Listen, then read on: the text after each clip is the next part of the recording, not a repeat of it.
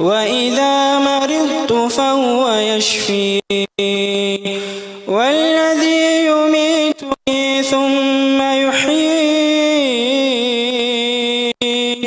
والذي أطمع أن يغفر لي خطيئتي يوم الدين رب هب لي حكما وألحقني بالصالحين واجعل لي لسان صدق في الآخرين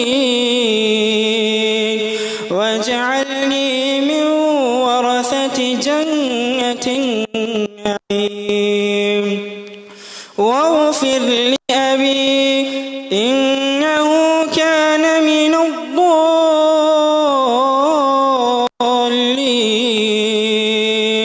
ولا تخزني يوم يبعثون يوم لا ينفع مال ولا بنون إلا من أتى الله بقلب سليم وأزلفت الجنة للمتقين وبرزت الجحيم للغاوين وقيل لهم أين ما كنتم تعبدون من دون الله هل ينصرونكم أو ينتصرون فكبكبوا فيها هم والغاوون وجنود إبليس أجمعون قالوا وهم فيها يختصمون تالله إن كنا لفي ضلال مبين إذ نسويكم برب العالمين وما أضلنا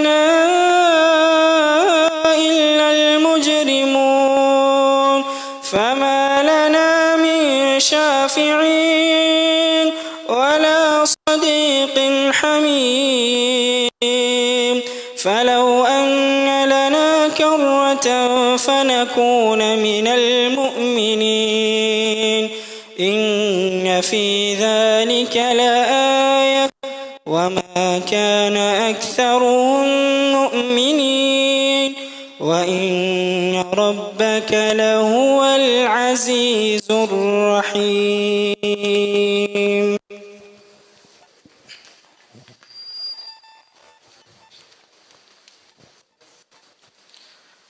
جزاك الله خير وجعل الله في ميزان حسناته.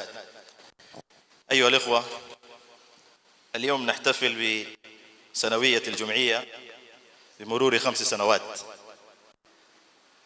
وكأنها بالأمس لما جاء الأخ فارس جزاه الله خير بهذه الفكرة وتحدث مع الجميع أنه يريد أن يضيف أشخاص في مجموعة الواتساب لأجل التعرف بس.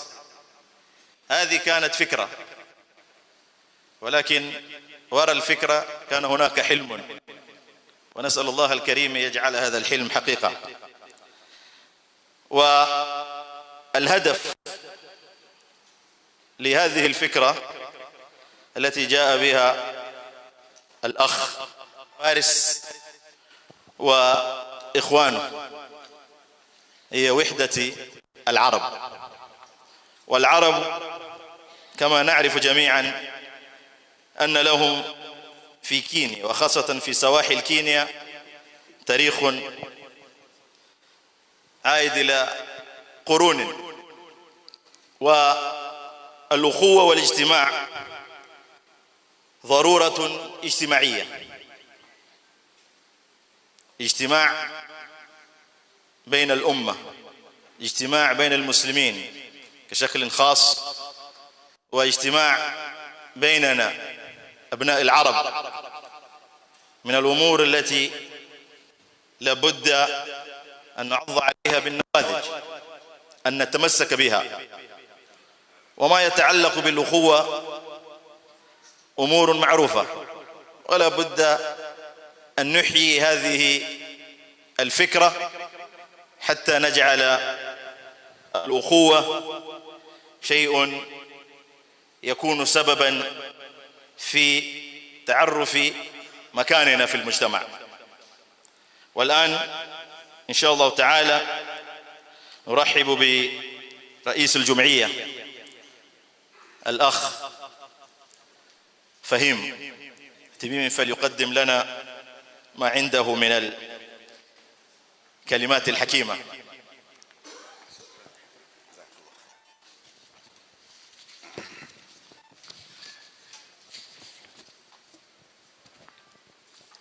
السلام عليكم ورحمة الله وبركاته.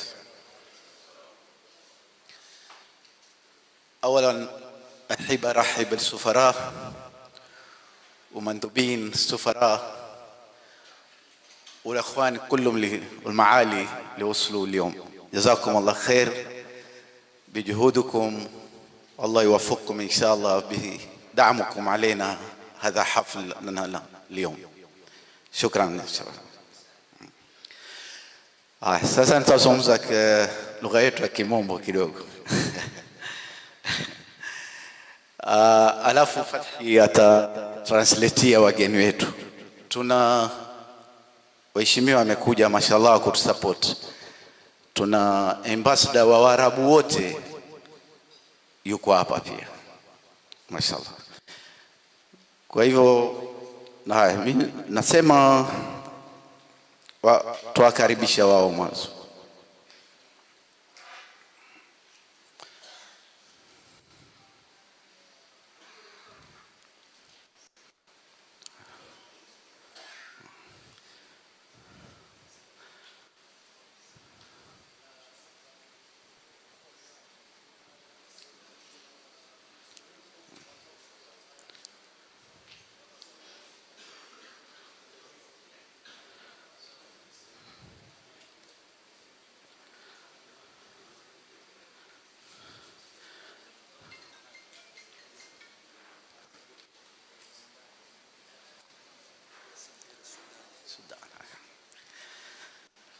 Aloingia sasa hivi ni ambassador wetu kutoka Sudan.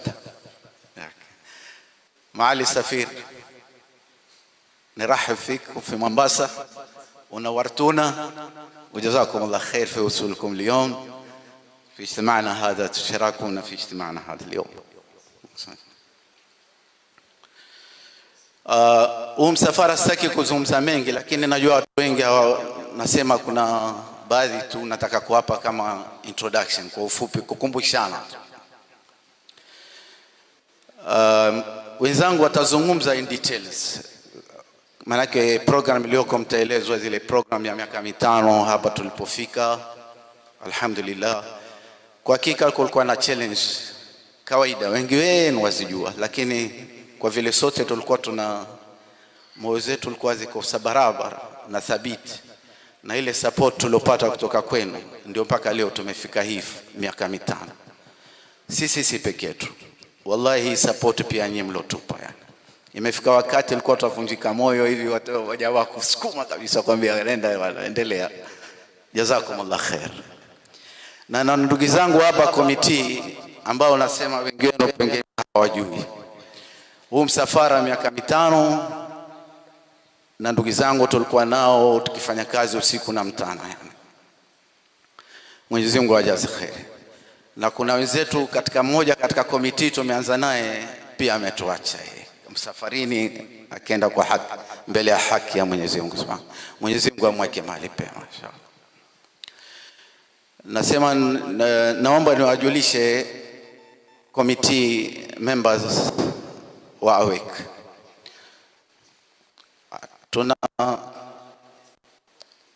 Tuna vice chairman ndugu Faris Rubaya. Tuna secretary Said Islam Shaabi.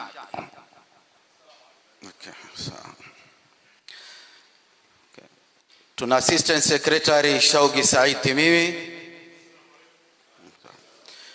tuna treasurer Anwar bin Sulum, tuna assistant treasurer Saleh Said,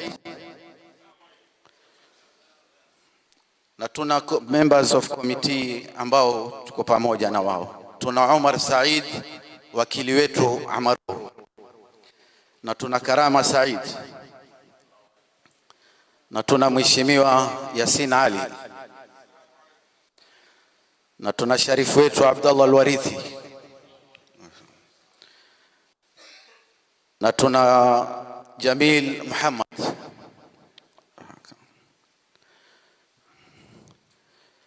na tuna ambassador wetu. Huyu ni ambassador, yeye washughulika na mashallah, yeye ndo ametuconnect na ambassadors na organizations zote zilizoko nje. Kuna kazi kubwa yoifanya, bado yowajenga, hatujapata bado kitu, lakini mashallah is doing good job.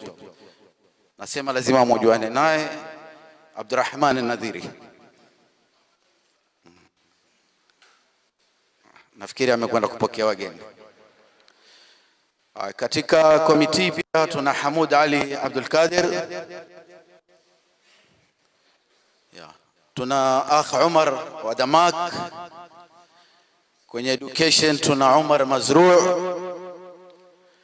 na tuna pia department ya ladies. Mashallah, they are doing good job.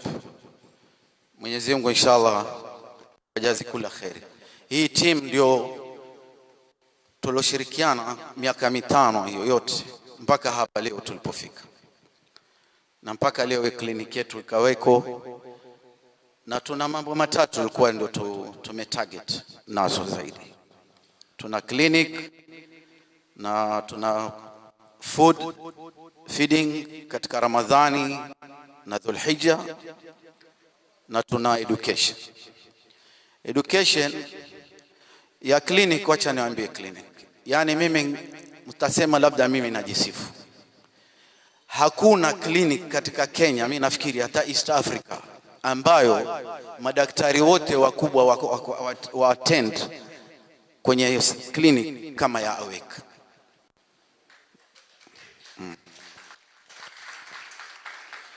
Madaktari wote hata nikiwataja wako karibu 50. Nikitaja nafikiri wote wako kwenye wanashirikiana sisi.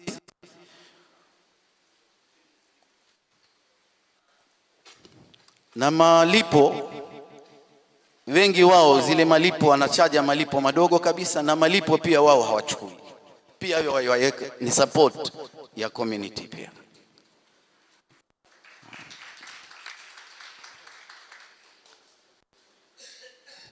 Sitaki kuzungumza mengi, manake wao tunamwata. Kuna board fanywa tayari, kuna committee ya clinic tayari, lakini nasema niwaambie tu kwa the best clinic ambao wanahudhuria madaktari wote wakubwa ni Awek Clinic treatment center peke yake. Mbali free camping mashallah wanatoa njia, mbali madawa ya bure wanaopewa wagonjwa wetu. Mwenyezi Mungu ajaze kwa kheri. Wana ngo mingi sana kubwa, lakini hawajafanya. Education kuna mfadhili jazallah khair. In fact zimekuja opportunity nyingi sana, tukatangaza watu pia walikuwa wengi, watu hawako kwenye group. Kuna maskuli karibu 2-3 wallahi walikuwa wametupa chances, kila alotupa chances 5 10 bure. Tutafute watoto mayatima ama single mother ambaye wateseka na watoto wale wasome bure school. Tukatangaza hakuna lokuja. Kwa hivi sasa jazakumullah khair, kuna mfadhili amefadhili watoto 12. Sasa watoto wenyewe washafika form 4 miaka 4, lakini tumewaomba lazima tumepata mgeni.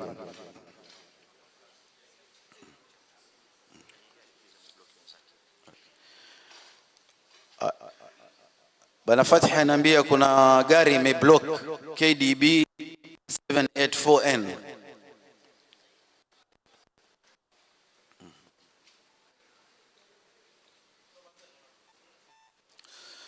Watoto wao wametaguliwa, mtoto wa kike na mtoto wa kiume, katika maeneo 6 ya bunge.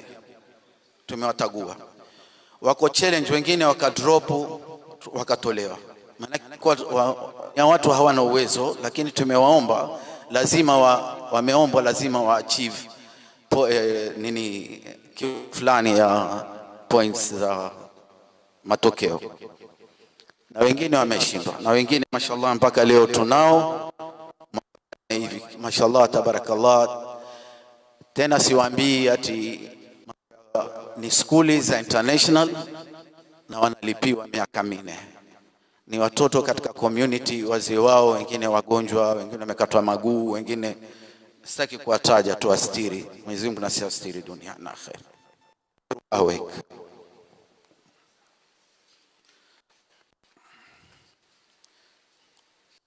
Education pia kuna training opportunities nyingi sana za training.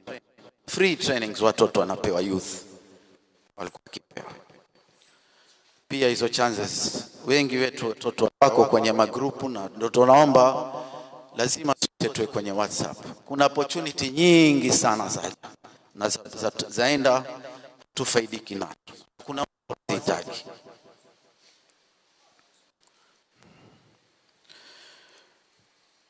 Ramadhan feeding tumeanza mashallah na 400.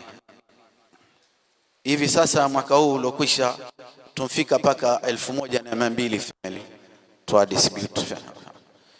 Tunashukuru sana wafadhili, wengine wako hapa already. Mwenyezi Mungu awajaze khair inshallah.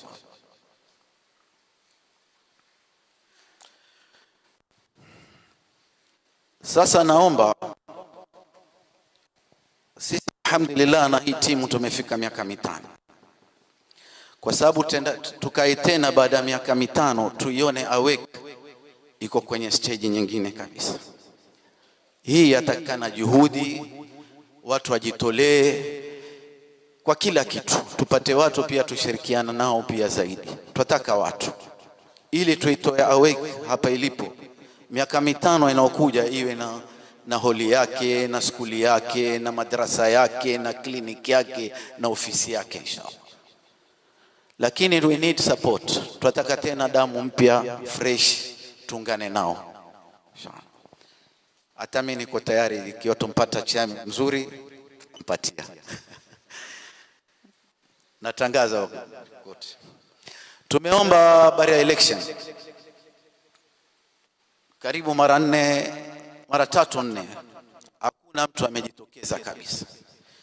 Kwa hivyo mimi naomba, najua hapa mashallah tuna wafanya biashara, tuna walimu, tuna ambassadors, tuna madoctors. Tusaidieni, sisi tutatoka vipi ili tubadilishe hii committee. Yani tupeni njia ya kusaidiana, ya kuleta new blood, kuitoa kutoka hapa ilivyo. Miaka 5 inayokuja tuwe tutafanya hafla kwenye holi yetu inshallah. Tutatoa open discussion. Naomba pia muifikirie, maana hiyo ni challenge, hatujapata mpaka sasa hivi. Lakini kuna watu walaumu bado nyinyi mkaa, yani kama kina Mugabe na Museveni tena kutoka sana. Tuko ready kabisa, lakini tupate watu wa kisasa. Wazee wetu wasema lazima mpate watu wa kisasa.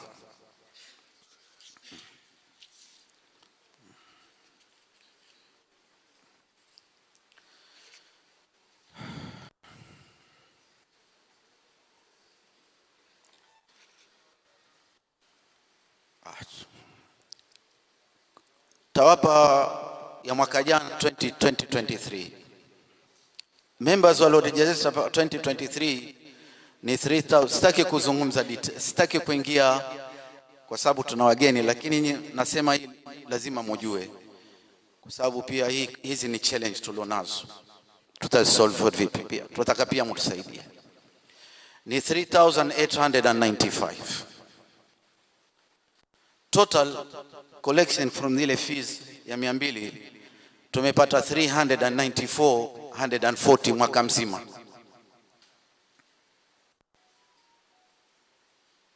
Yani kila mwezi tutapata 32,845 kama tuseme average mwaka jana. Hii ni kutoka kwa 3,895 wanaolipa only 164, 4.2% basi peke yao.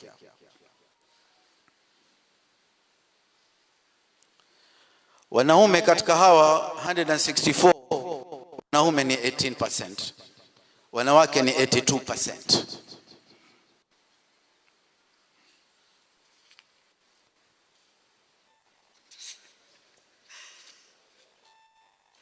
Sitaki kuzungumza mengi hapa kwa sababu tuna wageni. Nashukuru sana, nataka kumtoa shukrani nyingi sana kwa Sheikh Ridwan Ba Yusuf kufungulia milango wake wa holi na is always supporting us. Mwenyezi Mungu amjaze khairi na familia yake na biashara yake. Napenda pia kuwajulisha trustees wa AWEC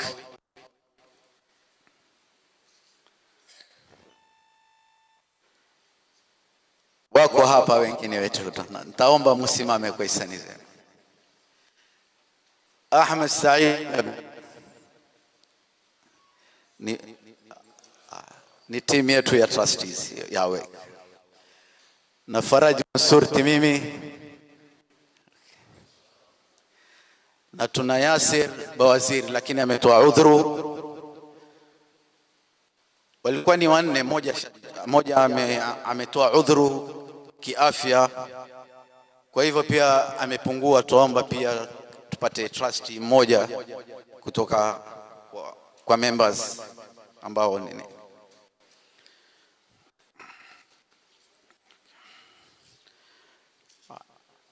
Nataka pia kutoa shukrani nyingi sana kwa wazee wetu ambao watu support hii miaka mitano. Yani kila tukikosa tupigiwa simu, hapa bwana mfanya blanda, hapa mfanya hivi, hapa mfanya hivi.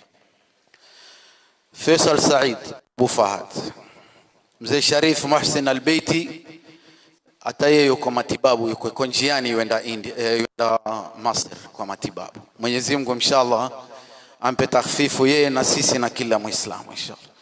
Wagonjwa wote wetu walioko majumbani, walioko hospitalini, walioko safarini, Mwenyezi Mungu awape takhfifu inshallah. Mzee wetu Jamal Ali Ashur, mzee wetu Khalid Rubeya, mzee wetu Sheikh Salim Abubakar Bajabir Pembe, Sheikh Muhammad bin Dohri yuko safari pia yeye, na Sheikh Said Digel yuko safari pia yeye, na Sheikh Muhammad Hassan Simoni Muhammad Hassan ni mzee wetu, ametushika mkono kutoka day one kwenye clinic. Mwenyezi Mungu awajaze khairi. Kwa nini? Na mzee wetu wametuata, nasema tukumbuke kwa dua sote ambao ile fikra from day one wamekubali, wakatupa morali kweli. Mzee Sharif Taha, Mwenyezi Mungu amweke mahali pema, na Sheikh Omar Bajabir OBJ, Mwenyezi Mungu inshallah amweke mahali pema, na Mheshimiwa Khamis Salim Nyundo, Mwenyezi Mungu aweke mahali pema. Hawa walikuwa wazee ambao wametusupport katika. Shukran kwa kuhudhuria. Mwenyezi Mungu inshallah wajaze khair. Mwenyezi Mungu atuwafiki yalobakia, Mwenyezi Mungu atusahalishie yawe sahali kwetu. Shukran wal afwa minkum.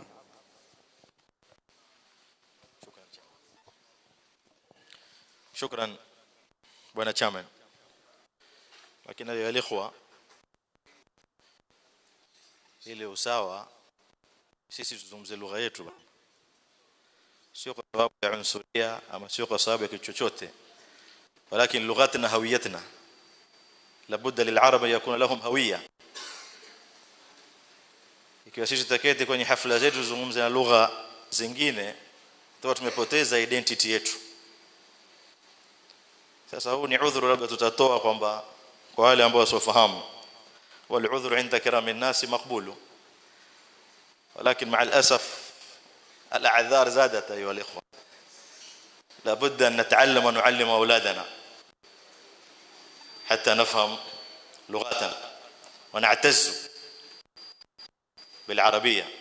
العربيه ايها الاخوه لغه الاسلام، لغه اهل الجنه، يعني الفخر، كل الفخر واحد يتحدث باللغه العربيه. اهم شيء ان الرئيس تحدث عن امور عده، وكما قال الرئيس جزاه الله خير الرحله كانت طويله وصعبه، ولكن لله الحمد والمنه بتوفيق الله سبحانه وتعالى وصلنا اليوم الى هذا المكان. على الاقل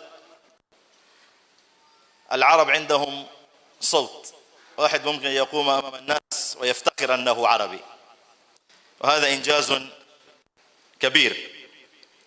واهم شيء ايها الاخوه كما قال الرئيس، رئيس الجمعيه الكينيه، رئيس الجمعيه العربيه الكينيه، تحدث عن اهم الامور، واهم شيء ان نكون كفريق، فريق واحد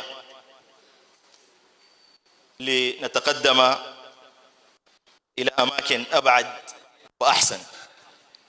واعظم شيء ما يطلبونه اللجنه المشينه للجمعيه هي التعاون المعنوي، ان نتعاون معهم ولا ننسى في دعائنا. وهذا في احد مننا عنده اراء او استفسار فالابواب مفتوحه. وعندنا مجموعه في الواتساب، هذه مجموعه ايها الاخوه مجموعه تعرف فقط، ولكن معظم الاخوه يستخدمونها كمنصه لتنقيذ الجمعيه. وبعض الانجازات التي تحدث عنها الرئيس عندنا ولله الحمد والمنه مستوصف، المستوصف ولله الحمد والمنه تقدم جميع الخدمات المطلوبه صحيا. ونشكر الاخوه الاطباء جزاهم الله خير، وبعضهم ما زلنا في انتظارهم ان شاء الله، جزاكم الله خير. وعندنا برنامج تعليم الجمعيه سعت واعطى محن دراسيه التي بدات قبل 4 سنوات، وجميع الطلبه الذين يدرسون تحت المحن التي جاءت من قبل الجمعيه الحمد لله ما زالوا مستمرين في دراستهم. وهناك كلام كثير جدا بين افراد المجتمع عن موضوع الانتخابات. ايها الاخوه الانتخابات ممكن ان ناتي بيوم ويكون فيه الانتخابات، ولكن الهدف هو تقدم الجمعيه. والاخوه جزاهم الله خير ما قدموا وما زالوا يقدمون للجمعيه جهد كبير جدا، يعني ضحوا باوقاتهم واعمالهم. قبل ان نتحدث في موضوع الانتخابات يعني راي نتحدث في كيفيه دعمهم، كيف ممكن ان نتعاون معهم. والحمد لله إذا في شخص يرى أنه عنده شيء يريد أن يقدمه للمجتمع فمرحبا به. وهذا هو أصل ديننا الحنيف الإسلام. لما جاء موسى عليه السلام إلى جبل الطور ماذا قال لله سبحانه وتعالى؟ واجعل لي وزيرا من أهلي هارون أخي هو أفصح مني لسانا.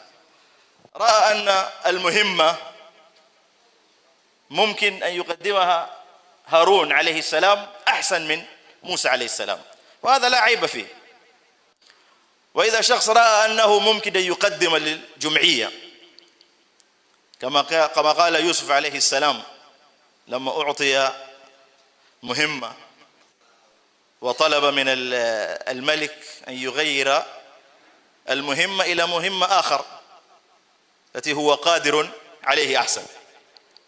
هذا اليوم أيها الإخوة كما ذكر الرئيس الجمعية، هذا يوم ليس يوم احتفالنا فقط، بل هذا هو يوم نتذكر من أين بدأنا وإلى أين نتجه.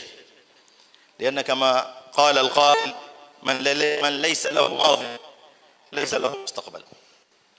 بدأنا من مكان ونتجه إلى مكان أحسن وأفضل بمشيئة الله سبحانه وتعالى. الدعم المطلوب كما ذكر الرئيس هو دعم الأفكار، دعم الفكرة. من عنده أفكار، من عنده آراء فليتقدم، وأبواب الجمعية مفتوحة إن شاء الله تعالى. والآن نرحب بالابن عبد الصمد فتحي ليقدم لنا أبيات شعرية لترحيب ضيوفنا، فليتفضل مشكورا مأجورا.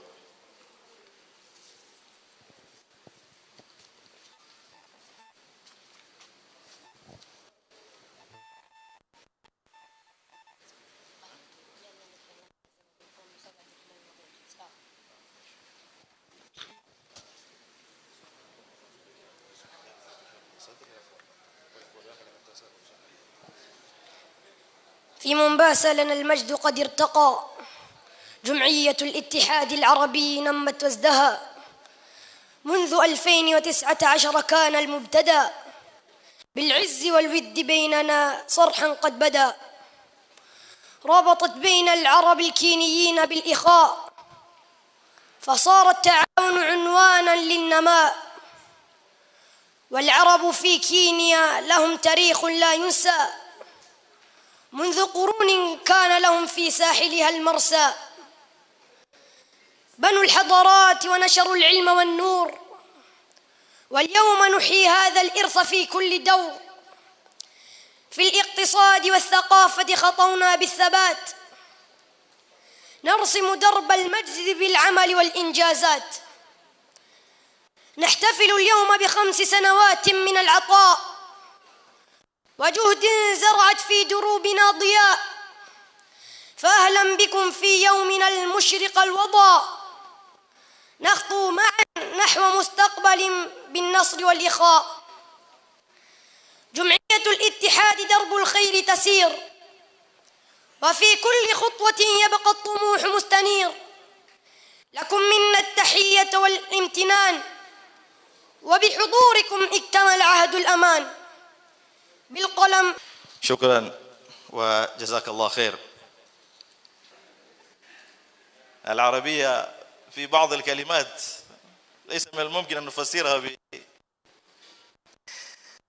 أسمى في مومباسا لنا المجد قد ارتقى. mambo yanaonekana si siri. Sema tugetu hapo mkubwa wa mzee wetu tuseme tena siri قد ارتقى جمعية الاتحاد. We are still on the rise na tunataka support kubwa sana.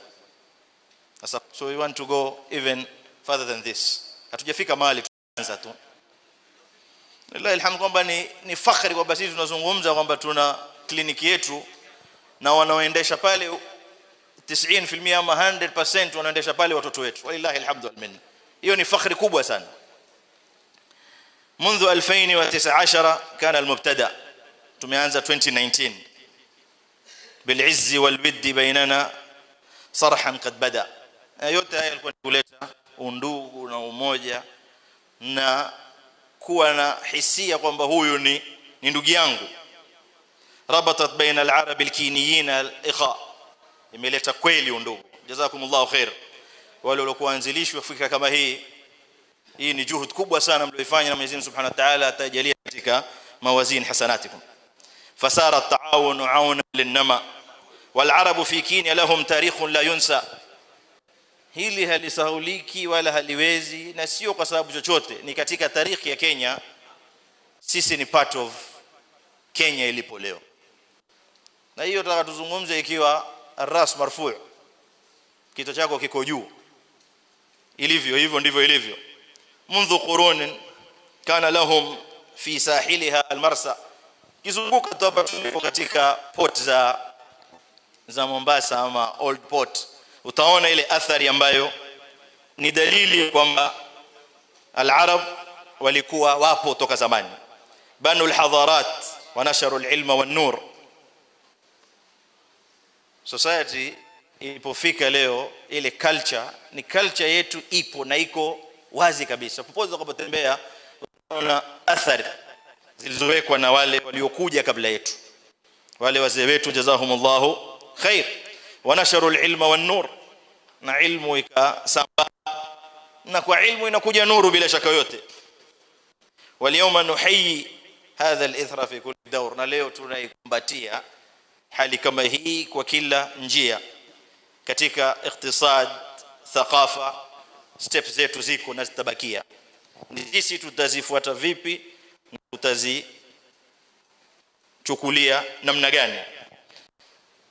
Tufupishe tu, nasema neno mengine hayafasiriki.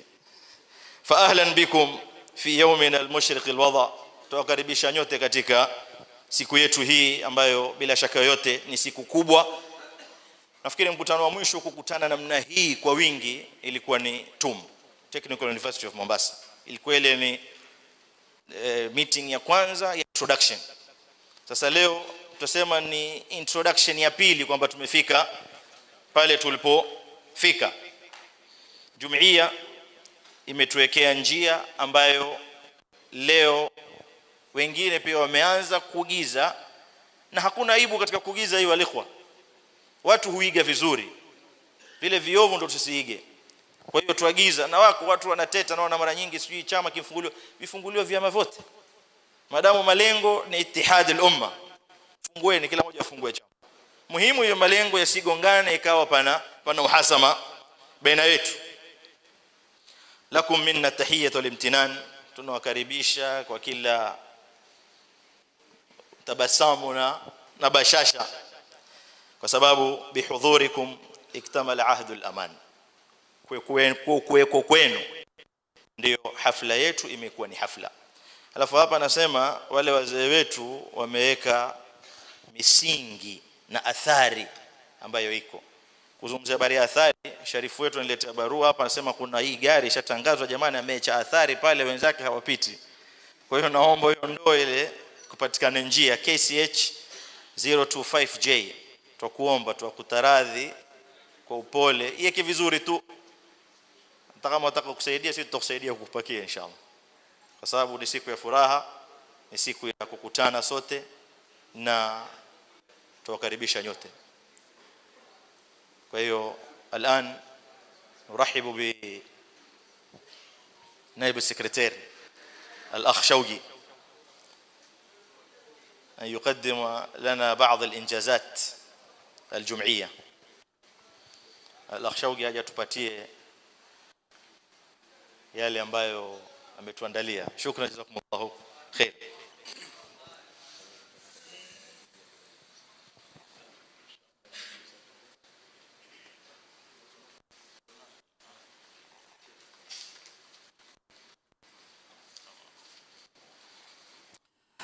بسم الله الرحمن الرحيم والصلاة والسلام على أشرف الأنبياء والمرسلين. السلام عليكم ورحمة الله وبركاته. As it has been said, my name is Shauki Saida Timimi. I'm the Assistant Secretary of AWEC. And I will speak in English so that we all understand, inshallah. I will give you a brief outline of what AWEC has been doing and where AWEC has been, is heading to, with your support, inshallah. So, as you know, AWEC was registered in 2019. So today we are celebrating its 5 years anniversary. It came from a need to have a community to pull together our resources. As with all minority groups everywhere, we need to come together to pull our resources together, whether political, financial, social, and everything we have, so that we uplift each other and eventually, inshallah, uplift society as a whole.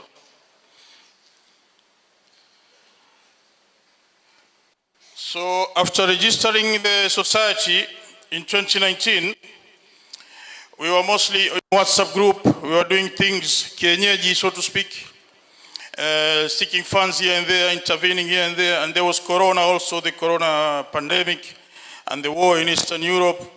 So things were a bit slow, but we were still very active, intervening in different cases which were facing people here in Mombasa.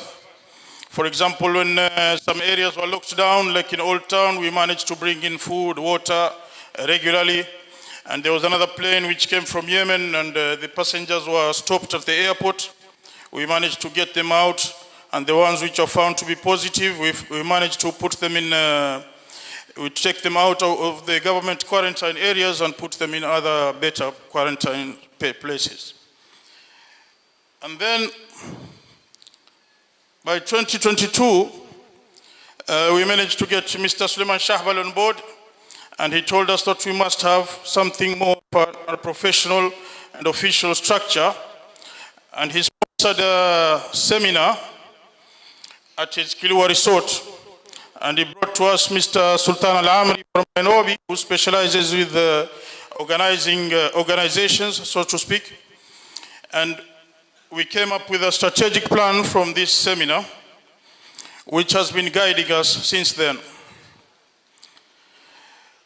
So for the seminar, we identified our core values, which we want to stick with if we are to progress and if we are to be a long-term association which will help us and our future kids, inshallah.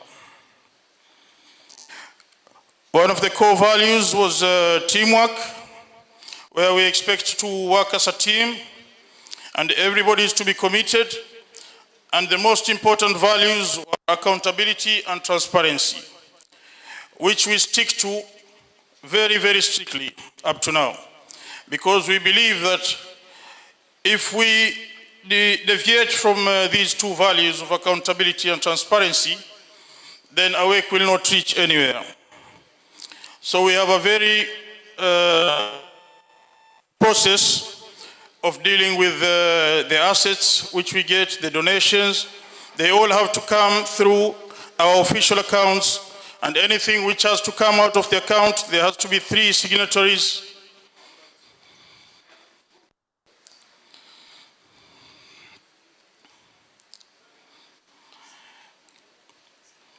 And we also value the characteristic of good citizenship. We believe that we are Kenyan citizens of Arab origin, and we are proud to be Kenyan Arabs, and everything which we'll do should be within the confines of the Kenyan laws and regulations. And then we asked ourselves where we want to see AWEC by 2026.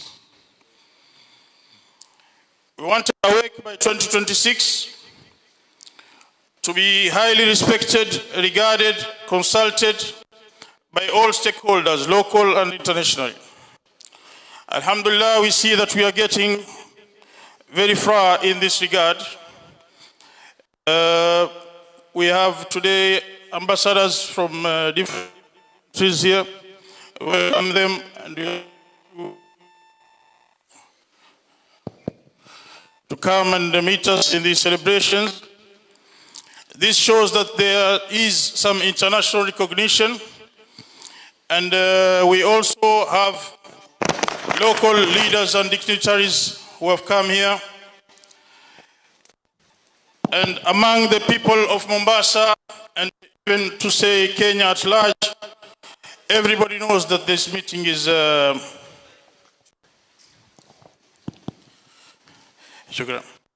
everybody knows about this meeting, and we are highly recognized, I believe, and accepted as the umbrella body of all Kenyan Arabs.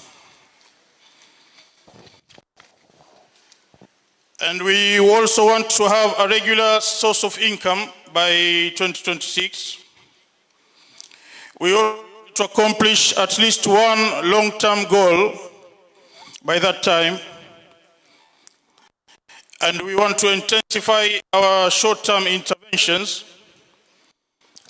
which we are doing right now. We will be explaining to you about the long-term goal. And we want to also have a functioning office. Now, to reach this level by 2026, we identified 4 strategic goals which we will focus on. The first one was to register 50,000 members by 2026. Among them, at least 500 life members. To become a life member, we suggested that you will have to pay a one-time payment of 50,000 Kenya shillings. And to become a member, it was free in the beginning because we wanted to cast the net wide to get as many members as possible. And then we started introducing the membership fee from February 2023 of 200 shillings per month. And the second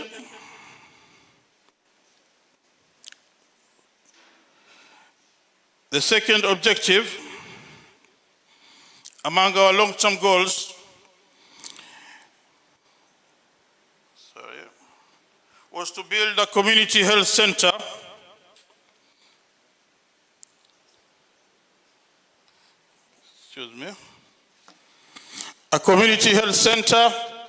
and also the fourth one was to build a program for entrepreneurship, social services, and the rest. Now we'll look at these programs and where we've reached on some of them briefly, because I'm being told that time has passed, we have started late. So the first one was 1,000 members. Unfortunately, we have only about 4,000 registered members, as the chairman has said so far. Register more people and to create awareness. The methods we are trying to use to register people are normal word of mouth, people telling each other.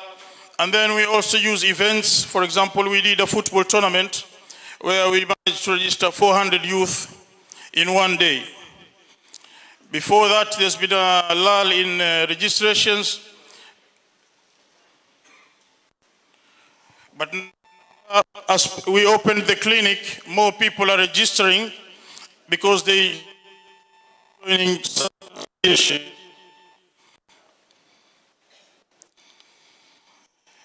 As I said, from the 4,000 registered members, only about 300 regular their monthly subscription fee of 200 shillings per month.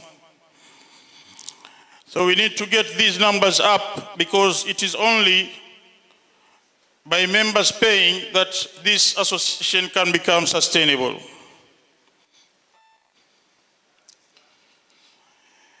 The second strategic goal was to establish a community center. Alhamdulillah, on this one, we have managed to open the community center, Awake Treatment Center, and it is functioning. It has all the state-of-the-art facilities, and we have specialist doctors who come there, like the chairman has said, from our community. Some of them are here. They come to give a service at a very subsidized price. For example, to see an orthopedic surgeon in other hospitals will be like 4,000 shilling consultation. When they come to see him at Awake Treatment Center, the patient will pay 1,000 shillings. And the doctors, they don't even want the 1,000 shilling. They say that it will go to help somebody else at the clinic with medicines or with consultation. So they dedicate at least 2 or 3 hours per week, and we thank them for that. Inshallah, jazakumullah khair. So Awake Treatment Center is going on very well, but I urge everyone to continue making use of it. You have the need for medical attention. Remember that we have our own clinic with highly qualified doctors, with all the state-of-the-art equipment, and we have built it from your own contributions. So it is yours, and make use of it anytime you need medical attention. And also companies can bring their staff. Like we have Dollar Group, alhamdulillah, they are bringing their staff and they pay at the end of the month. So if you have your own company and you have your staff, you need to do medical tests or medical attention or agencies, you can send them to Awake, inshallah, and they will get the best treatment by our doctors.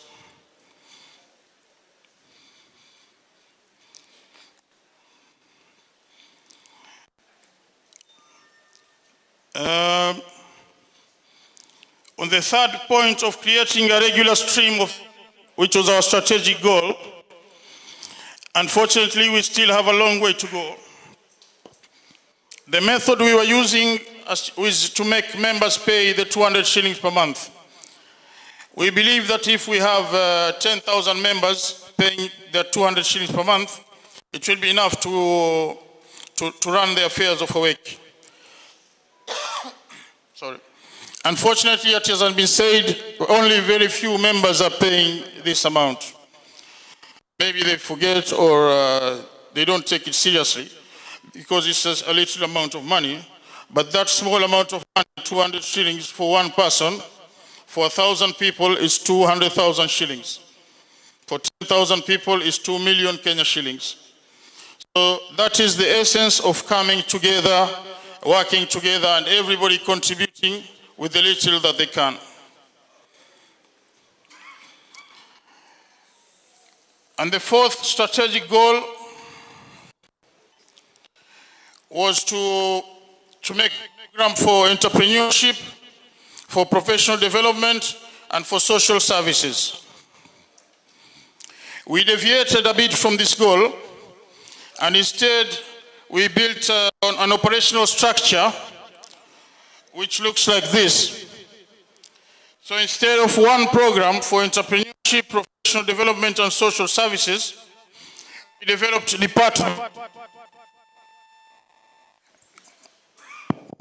department for health, a department for education, for social services, and a department for business, finance, and entrepreneurship. Some of the heads of the departments are here. They will explain to you what they are doing in those departments. Lastly,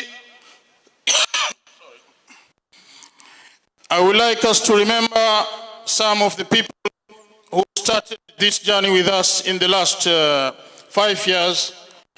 But alhamdulillah, they have gone to the subhanahu wa ta'ala.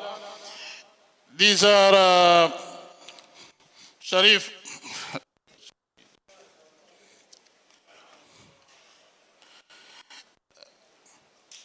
Taha Al-Haddad, Allah yarhamu, Sheikh Salim bin Ahmed Bajabir,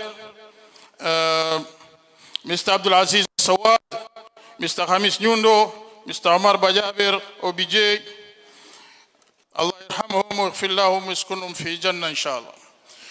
These are the people, some of the people we started this journey with, who are very committed to awake.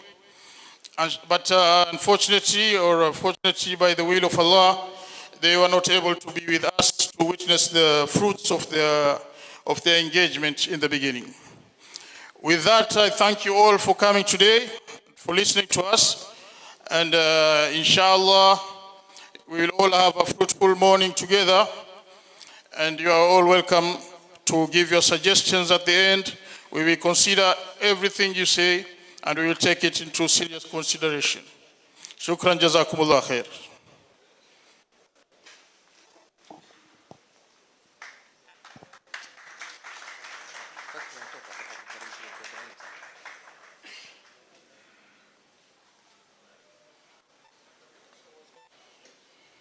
والآن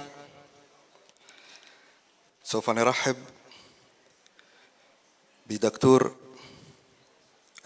إبراهيم. تفضل.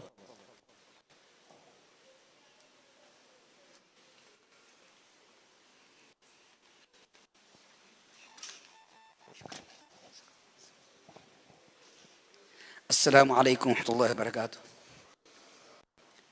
الحمد لله رب العالمين والصلاة والسلام على أشرف الأنبياء والمرسلين. أما بعد، رب اشرح لي صدري ويسر لي أمري واحلل عقدة من لساني يفقهوا قولي.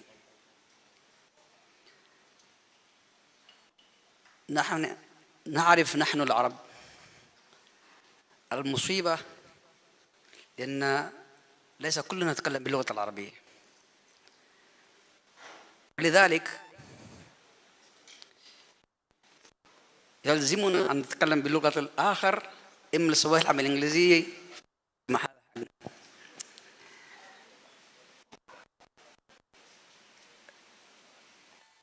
الله عز وجل بعد أعوذ بالله من الشيطان الرجيم: إن الله يحب الذين يقاتلون في سبيله صفا كأنهم بنيان مرصوص.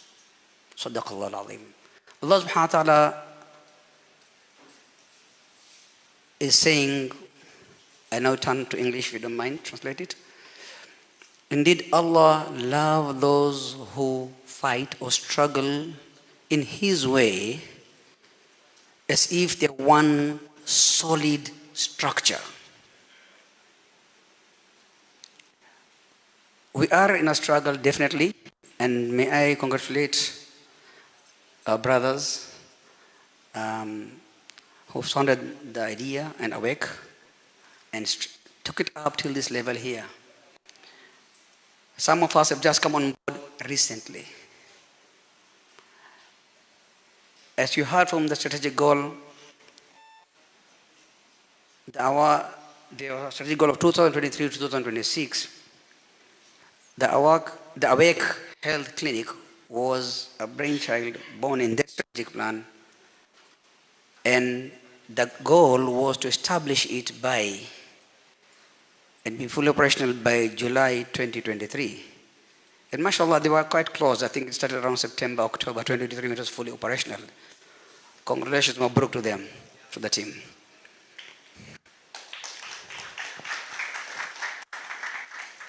The goal, what was the goal? The goal was to establish an affordable clinic. We needed to understand these few words: affordable and clinic. When you see here our chairman say there is no clinic in Kenya like the Awake one, he's right. Because we're talking about a clinic, not a hospital. The goal was to establish a clinic, that's a baby step, and then you build it up. So yes, the clinic is a health facility, provides normal basic health care, simple illnesses, which we will see which kind of services we provide there in the clinic.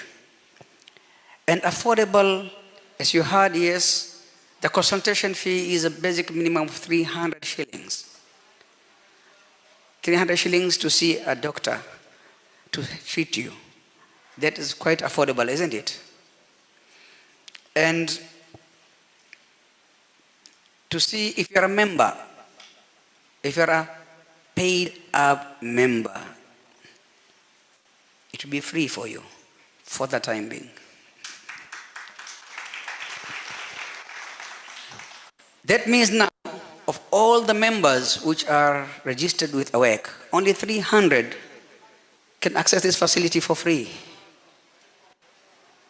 Therefore, I urge the members to think twice and calculate and see the advantages of being a paid-up member. Ningeomba ambao wenye member wa AWEC, tafadhali wafanye bidii wajiregister na tulipe, ni shilingi 200 tu kila mwezi, ili upate matibabu bila kumwona daktari bila malipo yote. Which kind of services are available there? We have the normal services we see, some of the fever, malaria, vomiting, different simple illnesses, upper respiratory infections. They are treated there. They can be seen there. But apart from that, we also have specialized clinics, which no other clinics have. May Allah reward greatly all the team members and the brothers who give this service there. We have a physician's clinic who is also a chest specialist by Dr. Faraj Amir.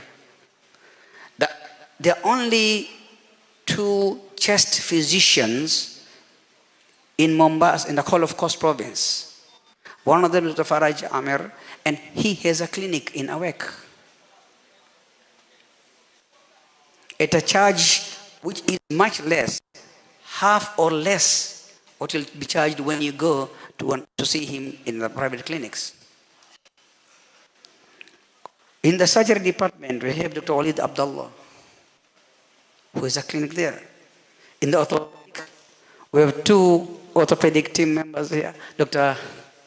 Awad Hamid, please. Dr. Faraj Tahir. They run a clinic there. So their services are available at AWEC Treatment Center at a cost of 1,000 or 1,500 shillings, which you can't get at another place. We have a pediatric clinic by Dr. Zamzam. We have gynecology clinic by Dr. Halim Abdullah. Now tell me, which clinic provide this kind of specialized services? Except AWEC. Barakallah fiqh. Now, not only do we give consultation services, but they also have laboratory services. When Brother Shogi says state of the art, relevant to the clinic level, we must take that in concept. State of the art, relevant to the clinic level. We are able to do a full hemogram, malaria test, dengue test, kidney function, liver function, different tests can be done there. And we were able to do that by support from one of our brothers, Brother Mahfoud, who owns a hospital in Kilifi, Khairat. He helped us with his machines till end of August, whereby then we were able to starting acquiring our own equipment. We got through the medical health board, a donor to supply us with a hemogram machine, full hemogram machine. And when the pipeline to get now replace the biochemistry machine, so we can continue giving the good services at an affordable rate charges. We also have a pharmacy. We have a pharmacy whereby we give medications at affordable charges, and we outsource also free medicines for those who want to donate, which then normally will be given at a small fee for that. The idea is we don't like to condone the idea of free. Because when you're free, sometimes we don't value free. It's unfortunate, but that's the truth. We also we're able to do minor surgeries in this clinic. Somebody come with a cut wound, stitching, an abscess, a dummal, cut it, we can clean it and dress it. Somebody with fractures, yes, can be applied, a plaster of Paris. So yes, we are doing quite a bit more than any other clinic does. Also, there is physiotherapy. We have a physiotherapist who comes in to give physiotherapy services. Maybe after a fracture, if this physiotherapy, that is available at the clinic too. And this is just the beginning of the clinic. Now, who are the people behind this? We've touched about the services being provided. Who are the persons behind it? We have the health committee on the ground, which is involved in the day-to-day running and giving us feedback from the ground upwards of what is required. This comprises the administrator, Brother Muhammad Hassan, the assistant administrator, Sister Akhte Barke Al-Jabri. Dr. Muhammad Hassan is around? Muhammad Hassan? Okay. Muhammad Hassan is behind there. Okay. Dr. Khalid Ibrahim. Dr. Khalid, please just raise your... Yes, Dr. Khalid is there. Please clap for them. We have, of course, Brother Hamoud is in the committee also. We have Dr. Faraj Amir. Faraj, Dr. Faraj Amir. He's not around. Dr. Halima. Dr. Salim. These are specialist consultants together with Brother Hamoud to support at the ground level to see exactly what the challenges are and upscale them up to the board so that we can be able to. It is like, what do you require? Bottom up. What is required on the ground to be taken up so that it can be able to provide it accordingly. Inshallah. Board comprises of Brother Muhammad Rajab. He's the team, he's of the Red Cross. He's part of the health board. Brother Usama Abdul Wahid.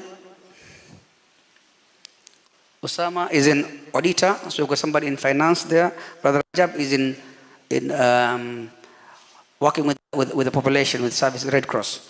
Brother Ahmed Omar Salim, he's an advocate. We have Brother Saleh Bawazir, who is a businessman in this board. Then have our spiritual leader, Sheikh Fathi Faisal. And then have myself, Dr. Ibrahim Muhammad. I'm a physician and I'm a kidney specialist also.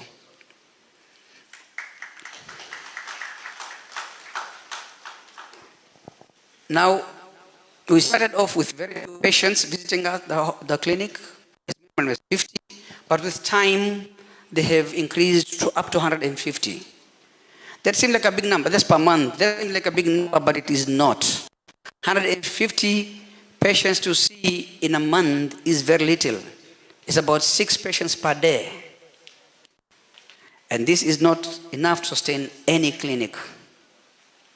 We need the members and others, because this, I think, we believe the Awake Clinic is not only for Awake members. It's for everybody as part of the Kenyan citizenship, good citizenship.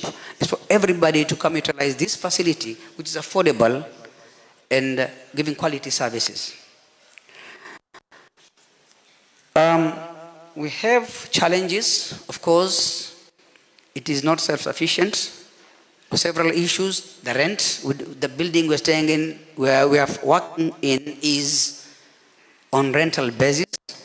We'll consider having a building of our own so that we can do away with the rent, and where we can on to become a hospital. The salaries, quite a number of the workers are on voluntary or very low salaries. This may work for some time, but it is not sustainable, because you can volunteer, but you have responsibilities at home also.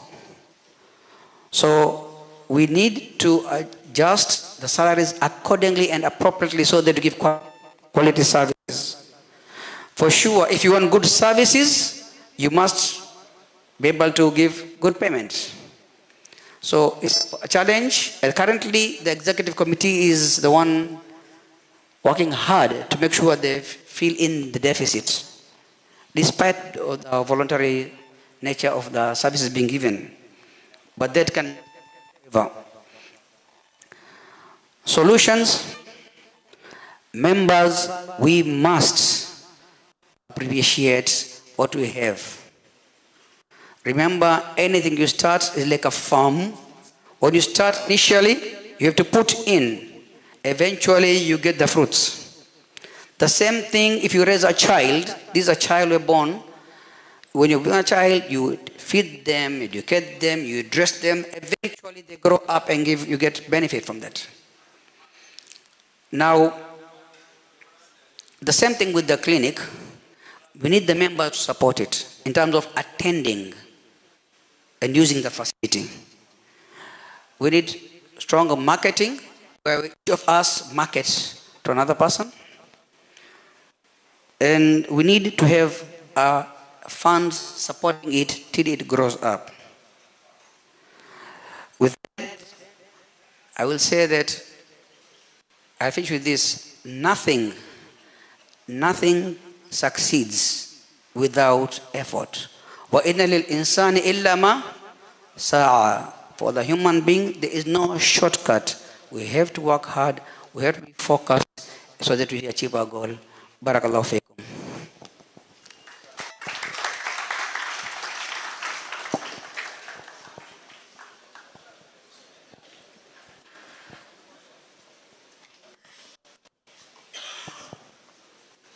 شكرا دكتور إبراهيم.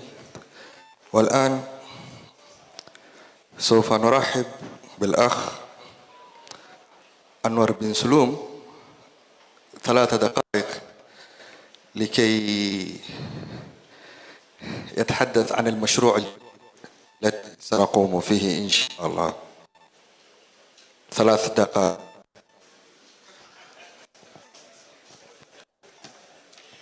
Assalamu alaikum wa rahmatullahi wa barakatuh.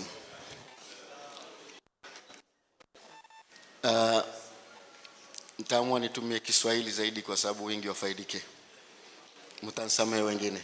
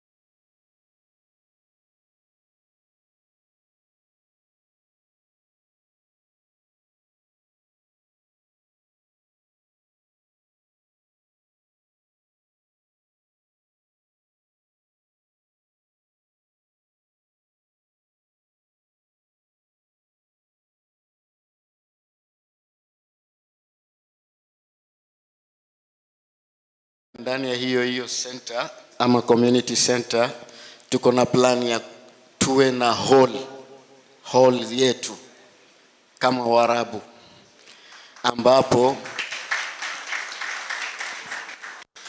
ambapo tukiwa na mambo yetu, harusi, chochote, badala ya kwenda kutoa investment zetu ama pesa zetu mahali pengine, tuwe tunazitia pale ili iwe ni mradi wa kujengea maendeleo mengine, ambapo pia tuko nazo hizo plan katika strategic yetu plan ambayo ilitajwa pale na ndugu yetu Shaugi, assistant treasurer. Kwa hivyo mimi nina rai moja tu, na waomba ndugu zangu na wazee wangu hapa, tafadhali tukianza hii community center, twaomba wenye walio na uwezo, tafadhali tieni mkono pale, tieni tu support ili tuwe na kitu chetu. Ama nasema maonaje rai hiyo? Jazakumullah khair. Kwa hivyo mutagusiwa tukiwa tutaanza hiyo plan, na inshallah iko njiani. Plani yenyewe tuaitengeneza, ambayo mimi mwenyewe na kuna na engineers wengine ambao tushaikalia tayari, tushaikalia. Kwa hivyo inshallah mutagusiwa na mtaoneshwa wakati ikifika sasa. Jazakumullah khair wa ahsantum.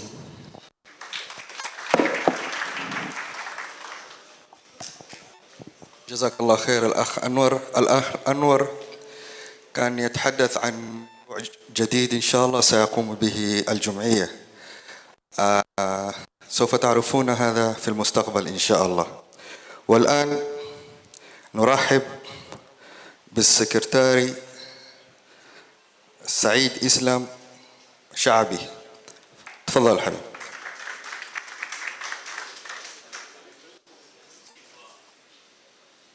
خمس دقائق. تانو.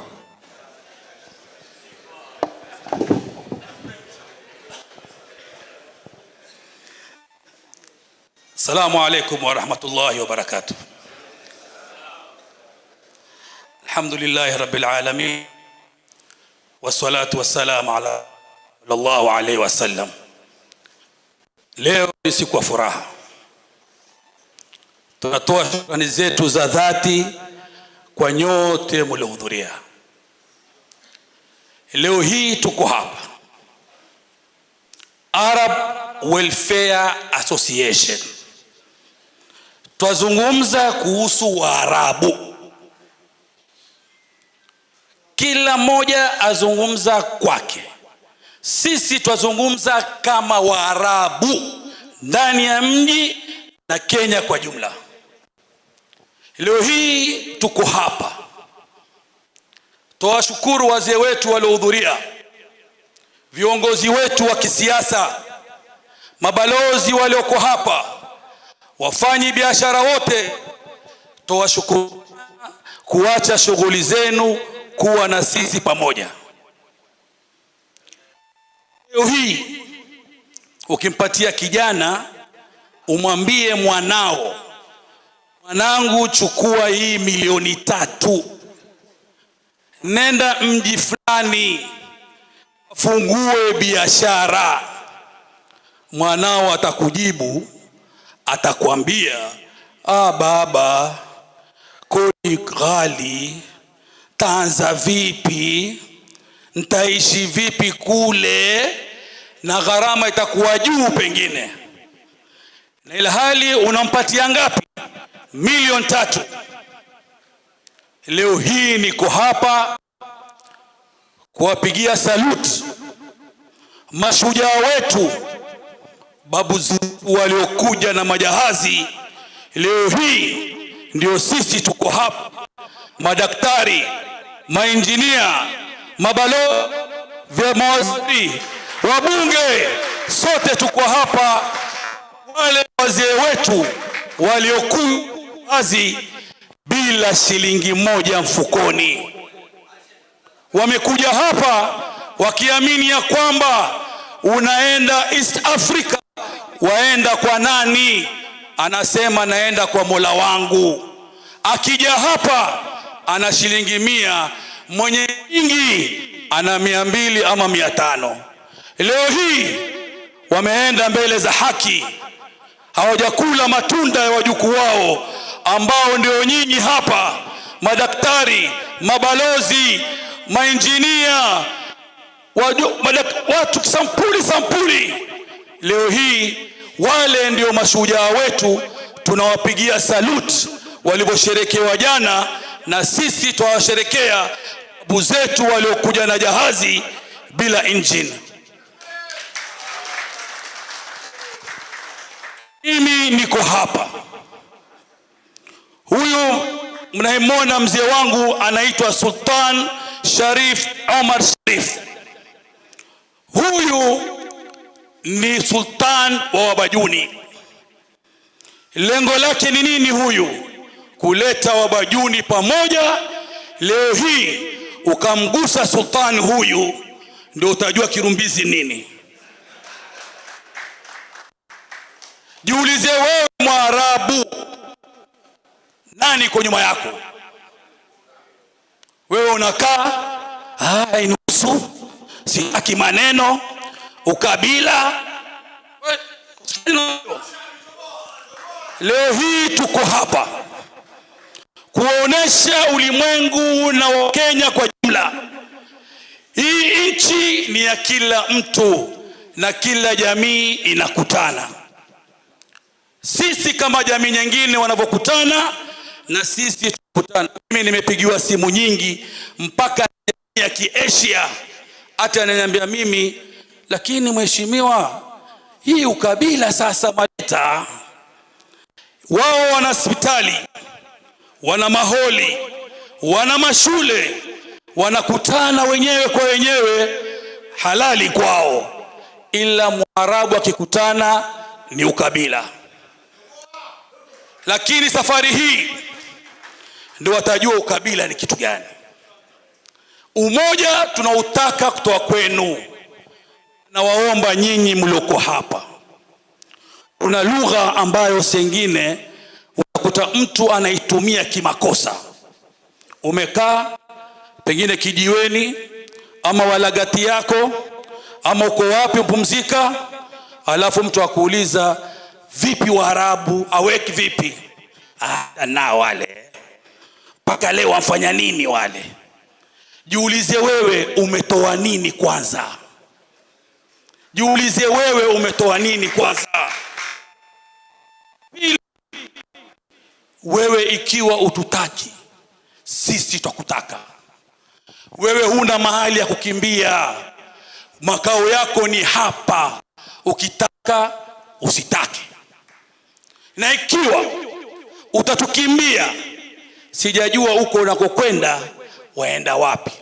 Nitakuwa kama ile sasa, yule simba mbuzi alipoona simba wananguruma kule, yeye niye pia akasema mimi nitakuwa kama wale, akanguruma mbe. Angalia sasa, wewe si simba, wewe ni mbuzi. Akafanya mazoezi yule simba, bado anakazana, ataka kuwa kama simba, lakini yeye ni nani? Ni mbuzi. Baadaye mwisho akasema mimi nishakuwa tayari, akaambiwa nenda huko. Akienda akaliwa. Kwa hivyo zanguni, jifakhirishe kwanza kuwa Muislamu. Ya pili, jifakhirishe kuwa Mwarabu ndani ya ardhi ya Mombasa na Kenya kwa jumla. Ndugu zanguni, AWEC haiwezi kwenda, ni kama gari bila petroli haiendi, na petroli ni senti. Ukikaa ukizungumza wafanya nini, kwanza jiulize, mimi nishatoa ngapi na AWEC pesa zangu zifika wapi? Lakini ikiwa hujatoa shilingi, ni aibu kubwa kwako wewe kufungua mdomo alafu uanze kuuliza AWEC wafika wapi. Hii ni aibu kwako. Toa, baadaye uulize ifika wapi. Sisi leo tuko hapa, madaktari wetu mnawaona hawa, na wallahi wengi wenu nyinyi hapa mwadharau. Maona hawa sio madaktari. Hawa ungekuwa majua walivyosoma hawa, elimu yao, na wanaofanya operation usiku na mchana mahospitali kubwa kubwa, lakini nyinyi bado maona kama hawa madaktari wetu hawafanyi kazi. Sisi tuko na walimu vile vile mwadharau, wasema walimu gani wale, na mtaka mwalimu mwingine. Hii tabia ya dharau katika jamii yetu lazima iishe. Jifakhirishe nafsi yako kwamba mimi ni Mwarabu, daktari ni Mwarabu, wacha nende kwake. Leo hii Hawa walioyafanya ni mengi. Kuna baadhi ya watu walikuwa juu ya vitanda, ni wagonjwa, hawana pesa kufanya operation. Madaktari hawa wakajitolea, wakamfanyia operation ambayo isiyopungua gharama yake ya nusu milioni. Wakaamua la muhimu, huyu mzee wetu akishihiri amke.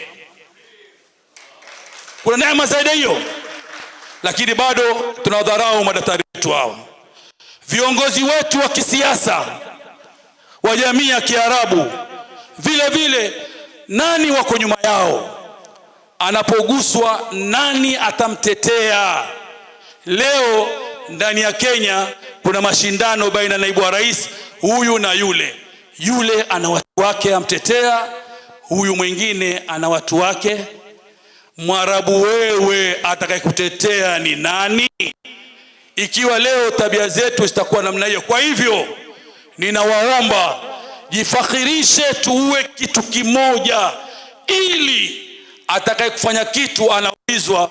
Wajua wale ni Waarabu, shauri yako watazuka, watakuja jamaa zake. Hiyo ndio fakhri kwako wewe.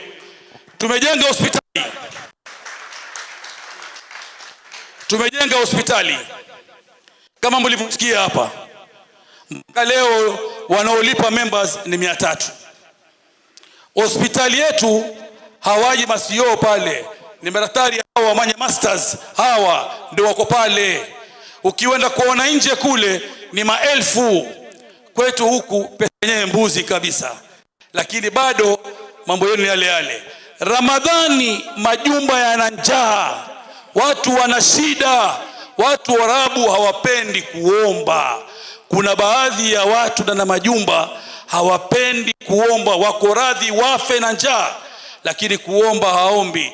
Nani atamfikia ikiwa wewe Mwarabu hatokuja pamoja sisi wakisha kwamba tunawaokoa ndugu zetu, jamii zetu, mama zetu walioko majumbani ambao ni single parents wale?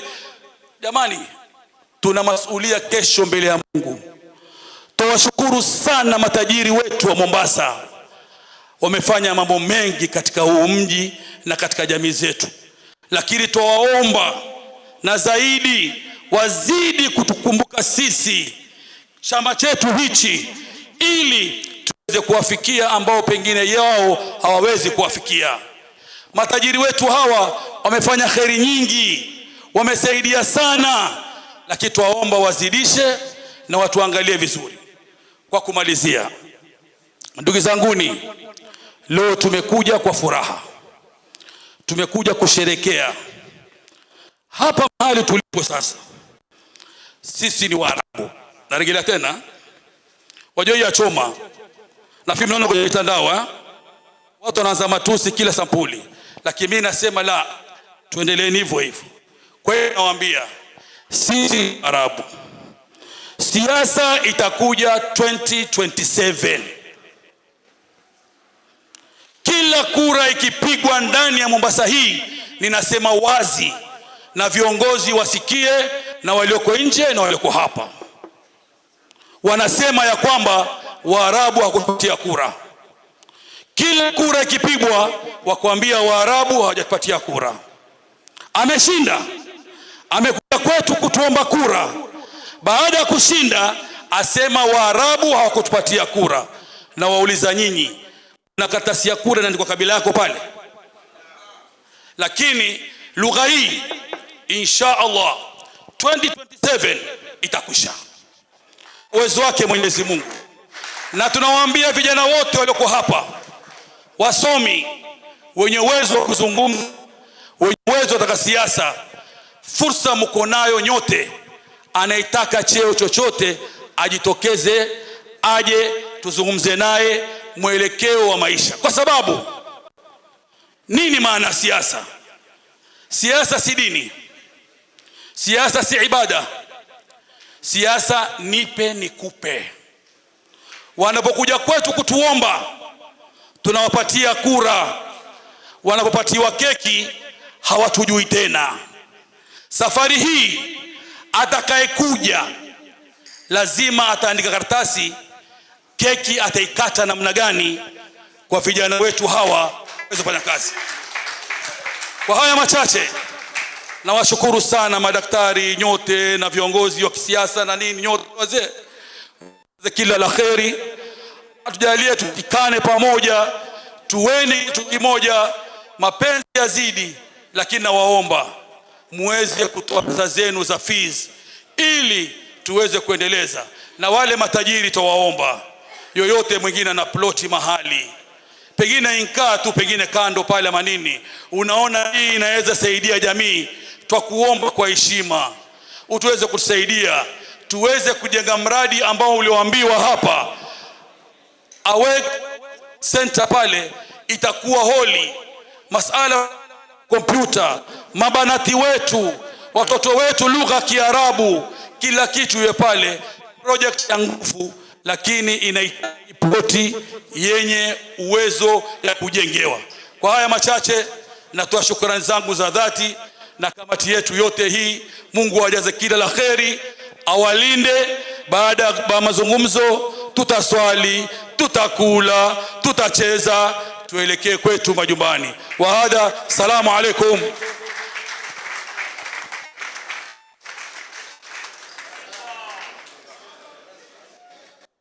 سعادة السفراء، معالي الوزراء،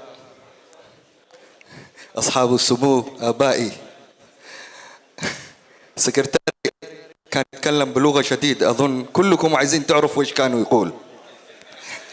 هذه المهمة بيقوم فيها الأخ عبد الرحمن نذير، يفسر وإيش قال ويقرب معالي الوزراء بأسمائهم. تفضل عبد الرحمن، شغلانة دحين تفسر لسفراء وإيش قال شعبي.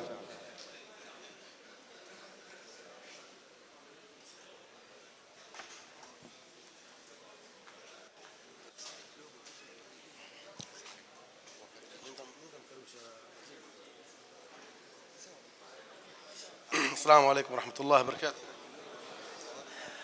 أولا ليس مكاني أن أترجم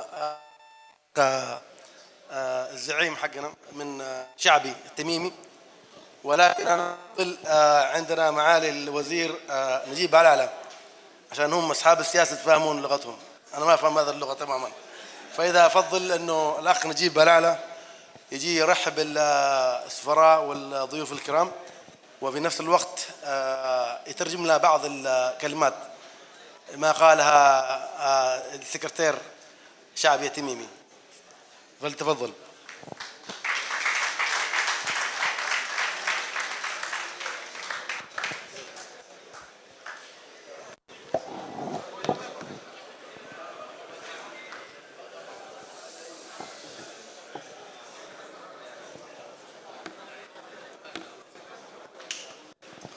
السلام عليكم ورحمة الله وبركاته. الحمد لله رب العالمين، والصلاة والسلام على سيدنا محمد وعلى آله وصحبه أجمعين. أنا بتكلم باللغة الإنجليزية علشان اللغة العربية نحن علمونا من البيوت مش من المدارس. المشكلة ما في تشجيع بالحكومة ولا بالجمعية، ما في جمعية اللي هي ثابتة ممكن تقدم اللغة العربية. إن شاء الله المستقبل في هذه الجمعية الأويك بيكون في لغة العربية هو أهم شيء، خصوصا للشباب.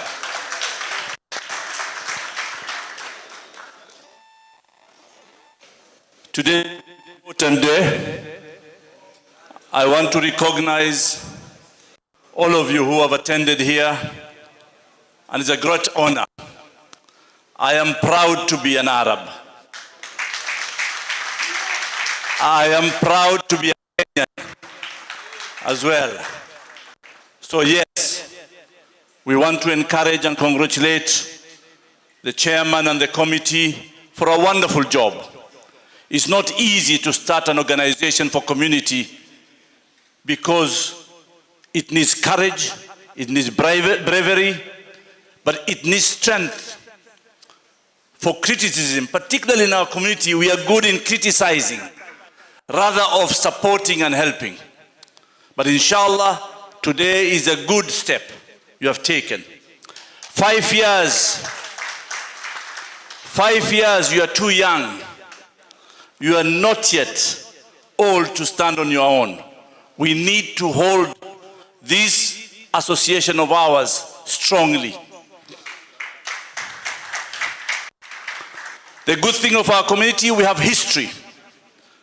History, as Sha'bi said here, our grandparents came with dhows without a penny and dhows without engines. We came through the monsoon winds. And we came from Sheher. Sheher was a port. That's why all of us are being called Washihiri. But actually, Arabs came from all over. Those days, our grandparents were poor, were illiterate. But alhamdulillah, today, we have doctors, we have professionals, we have businessmen, we have politicians. We are proud of them. Alhamdulillah. That is what we have built in course of time. But it's not easy. It's not easy, but we are going to put all our efforts to make it work. But today for me is not a day of politics. Me, I'm retired. That's why Sha'bi is taken over. Sha'bi has a valid point, but very abrasive. Valid point because we need to wake up and recognize we need to be a community to integrate with the community of nations.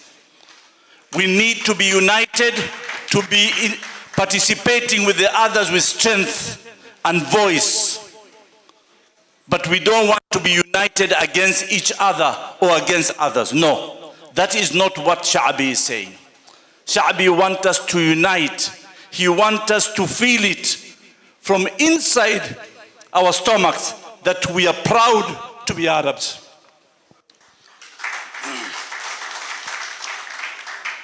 So, the committee and chairman, if you really want to succeed, and I want you to count on me, you need 3 core principles. One is a commitment. Commitment that anybody criticizing you, you're not going to withdraw and resign. That's one. The second one is accountability and transparency. Even the 200 shillings you need to be accountable for. That's crucial. But for me, you are too young even to account for that. So you are excused, but you have to be accountable and transparent. Number 3, if you don't have finances and funding, you are irrelevant. I started calculating. If you have 4,000 members who are committed, every member pays 200. That is already 10 million in every year. 10 million, you can do some things, but not good, big things. But it's 50,000 pays 2,600 every year. That is 200 shillings every month. I'm telling you, it would be big millions.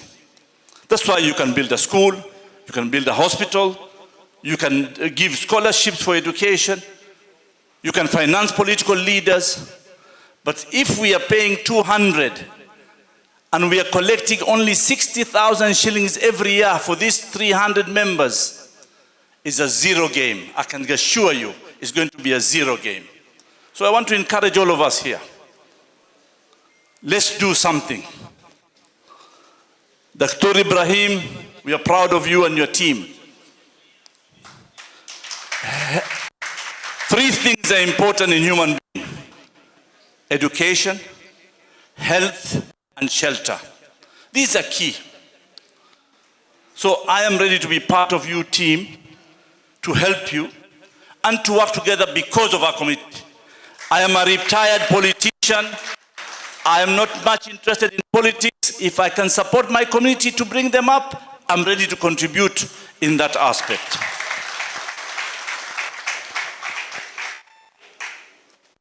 So we are very proud today that we are honored by dignitaries. In fact, we want to recognize Sultan Sharif, the chairman of the Bajuni community. We are very proud of you. In one way, the Bajunis are related to the Arabs. So we have no regrets about it.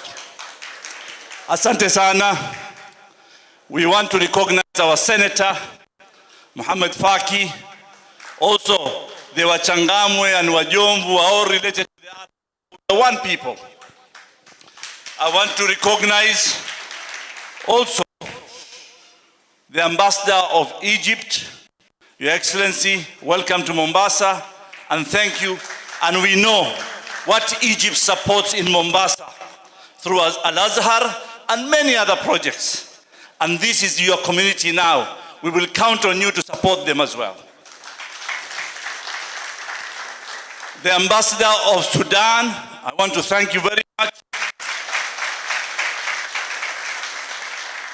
If there is one country that is generous with scholarships for the Muslims and the Arabs, is Sudan. So we want to thank you and appreciate what was the past given to us. We appreciate. Thank you very much. I want to recognize also the Ambassador of Yemen, Ambassador Abdul Salam. شكرا جزيلا. السنة الماضية جبنا رئيس وزير الخارجية طوالي من مومباسا وقع رئيس الوزراء. Allah يبارك. I want to recognize the ambassador of the Arab League.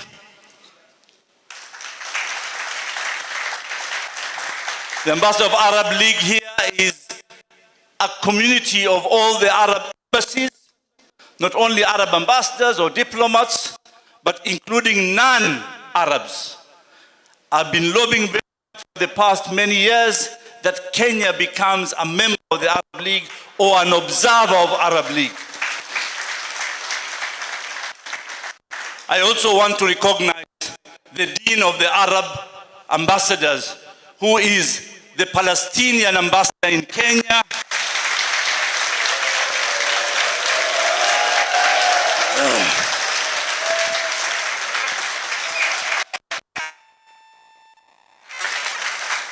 Azim Shaba, we are with you. The hypocrisy of the world, the hypocrisy of human rights, of democracy, of justice is being shown openly now. It's not about being an Arab, it's what is right and what is human. That's why we are with you. We appreciate you, we recognize you, and shortly I will invite you here to speak, but I want to invite my Senator Muhammad Faki to say a few words, then I'll come back to welcome. Oh, afwan.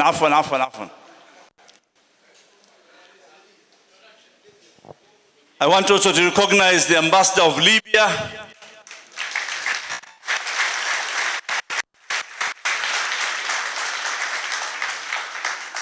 Libya was a great country. I was in Libya 1 month before they killed Gaddafi and destroyed the country of Libya. It's so sad that Libya is destroyed, but we are with you and we support you. I also want to recognize Abdul Karim Shigog, who is the son of our honorary consul, Saleh Shigog. Mzee Shigog is sick, he cannot attend, but his son is here. I want to recognize Fathi Hal Saeed, who is our great investor from Yemen. He's here.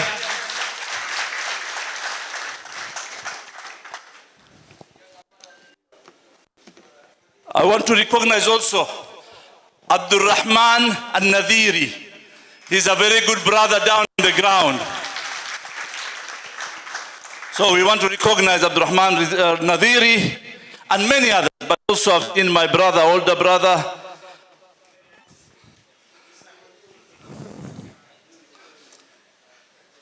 First, our older brother, politician, Harith Shahbal also is here.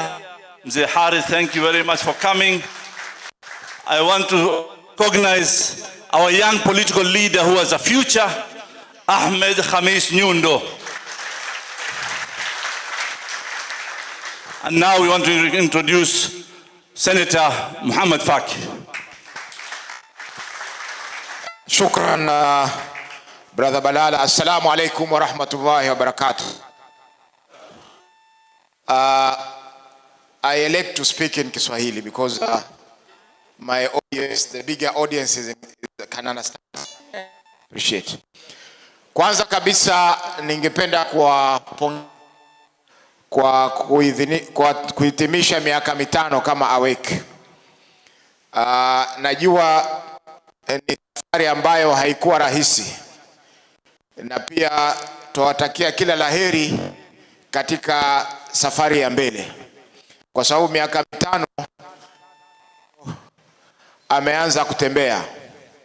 Tunatarajia mtoto huyu atakuwa awe na zaidi ya miaka 5. Sisi kama viongozi ni kuwaunga mkono katika hii safari na kuhakikisha kwamba awake inasimama kama vile community nyingine zinazosimama. Mwaka jana tulipokuwa pale tuanzisha hospitali, nilitoa pledge ya 50,000 na sikuweza kuiwasilisha, lakini ningemuita mwenyekiti aje nimkabidhi kabla ya kuendelea na mazungumzo.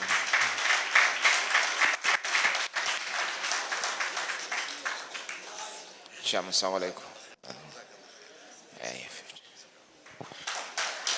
Kidogo tu Mheshimiwa Balala, nigusie pale ambapo ndugu yangu Shabi aliwacha kwamba wazee wetu walipokuja kutoka Yemen walifika hapa Mombasa, na Mombasa waliipata kuwa kuna wenyeji hapa. Hata vile Vasco da Gama aliposhuka hapa, alikuwa yuenda tafuta safari ya kwenda India, aliposhuka hapa alipata wenyeji ambao wenyeji ni sisi Waswahili. Ufuo wote wa Afrika Mashariki kutoka Sofala mpaka Kismayo ilikuwa ni sisi ya Waswahili, na tuliingiliana sana na ndugu zetu Waarabu waliokuja, kwa sababu sote tulikuwa tuna dini moja, mila zetu zafanana, lugha pia zilikuwa zinafanana, kwa sababu Kiarabu watu waliokuja kwanza kuhamia huku kwa mambo ya dini, hijra, walileta dini huku na lugha ya Kiarabu.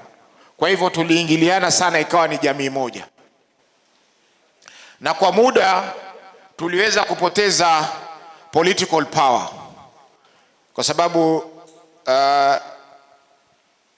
tulipopeana nchi kwa Uingereza, Sultan wa Zanzibar aliposema kwamba sisi tutakuwa tuongozwa na serikali ya Uingereza, tulipoteza ile political power katika eneo letu hili. Na hata hapa Mombasa tulipoteza, kwa sababu serikali ya Kenyatta, mambo mengi yale ambayo nayo yaliweza kupotea. Hata hapa hii ardhi ilikuwa imepangwa kuwa ni ardhi ya Sunni Muslim, ambao Sunni Muslim ni sisi, lakini baada ya uhuru na baada ya serikali kubadilika, wale baadhi ya warathi wa hina walichukua ni kama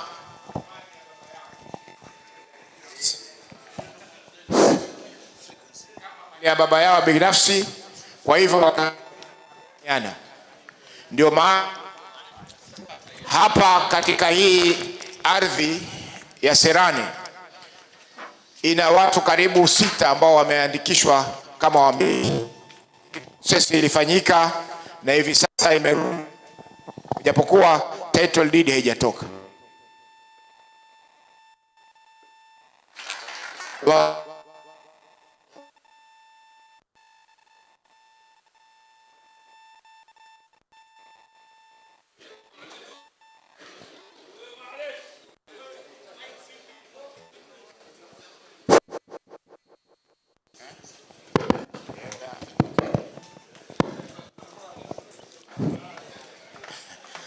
Waarabu na Waswahili kapu lao ni moja. Kapu lao ni moja, na hatuwezi kusema kwamba Waarabu waweza kwenda peke yao, wala hatuwezi kusema kwamba Waswahili waweza kwenda peke yao. Lakini ni muhimu kwamba kila mtu arudi kwenye nyumba yake. Arudi kwa nyumba yake, aitie nguvu nyumba yake, ili ikitoka inakuwa ni nyumba ambayo ina nguvu. Kwa hivyo sisi tunaunga mkono nia na madhumuni ya AWEC kwamba iwe ni community ambayo imeshikana pamoja. Tukiangalia zile community nyingine, wao ni wageni zaidi hapa, lakini ikifika wakati wa siasa huwa wazungumza kama ambao wao ndio wako hapa peke yake, na wao wamekuja. Kwa mfano, mtu akifa lazima apelekwe kwao, ama sivyo? Lakini sisi wetu tukifa hakuna kupelekwa mahali pengine, tuko kikoani pale.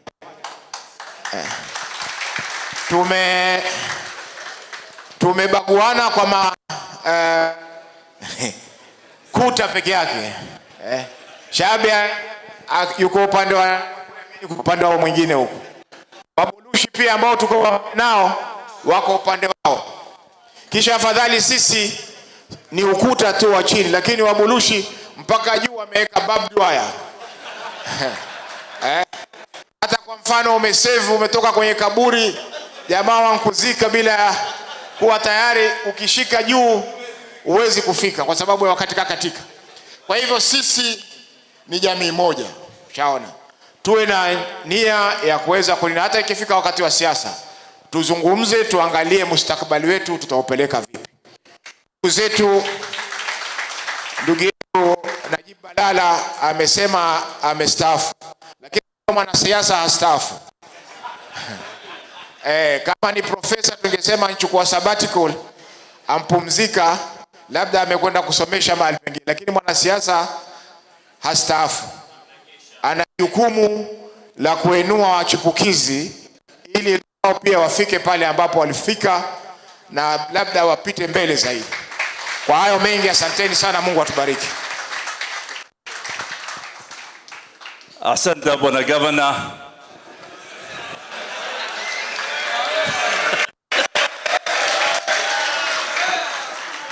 Asante bwana senator. Na sasa nimepokea simu maalum toka kwa governor Abdulrahman Sharif Nasser.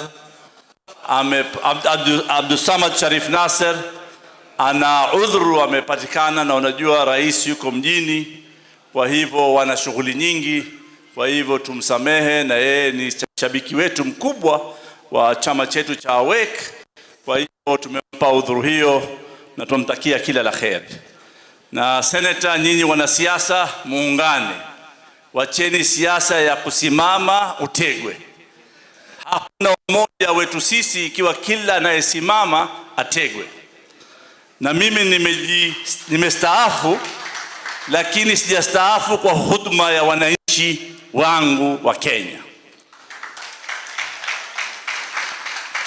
Pia nataka nimtambue Ahmed Bajaber Shaabi ambaye anajulikana to support sisi na aila ya Bajaber wote wanastahiki, na ni trustee wa AWEC.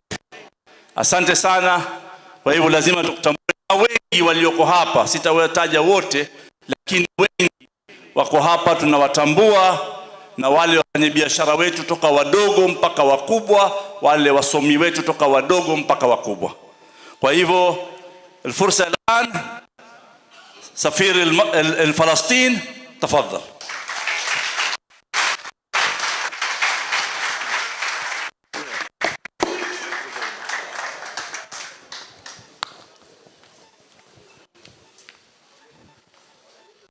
السلام عليكم ورحمة الله وبركاته. بداية وقبل أبدأ بكلمتي، أود أن أتوجه إليكم جميعا بالشكر للمشاعر الفياضة التي أبديتموها لفلسطين عند التعريف به، فأشكركم.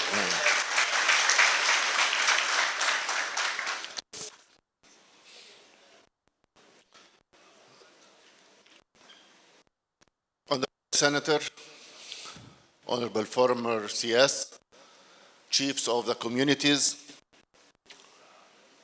and Chair of Awake, Vice President of Awake, and the entire Bureau and Committee of Awake, thank you very much for inviting me today.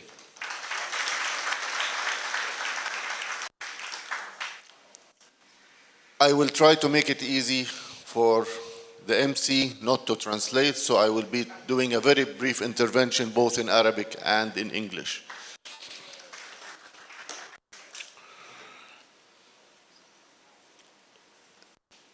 نيابة عن أصدقائي سعادة السفراء الموجودين، والتي يعني أن يكون بيننا عدد أكبر، ولكن نظرا للاحتفال أربك جزء كبير من برامجنا، خاصة وأنها جرت خارج مومباسا، ولكن أتشرف بسعادة السفراء الحاضرين أمامنا، سعادة سفير مصر، سعادة سفير السودان، سفير الجامعة العربية، سفير اليمن، وممثل ليبيا بيننا هنا. نشعر جميعا بالفخر عندما نرى هذه الجهود المباركة في خدمة الجالية العربية الكينية والمجتمع الكيني بشكل عام.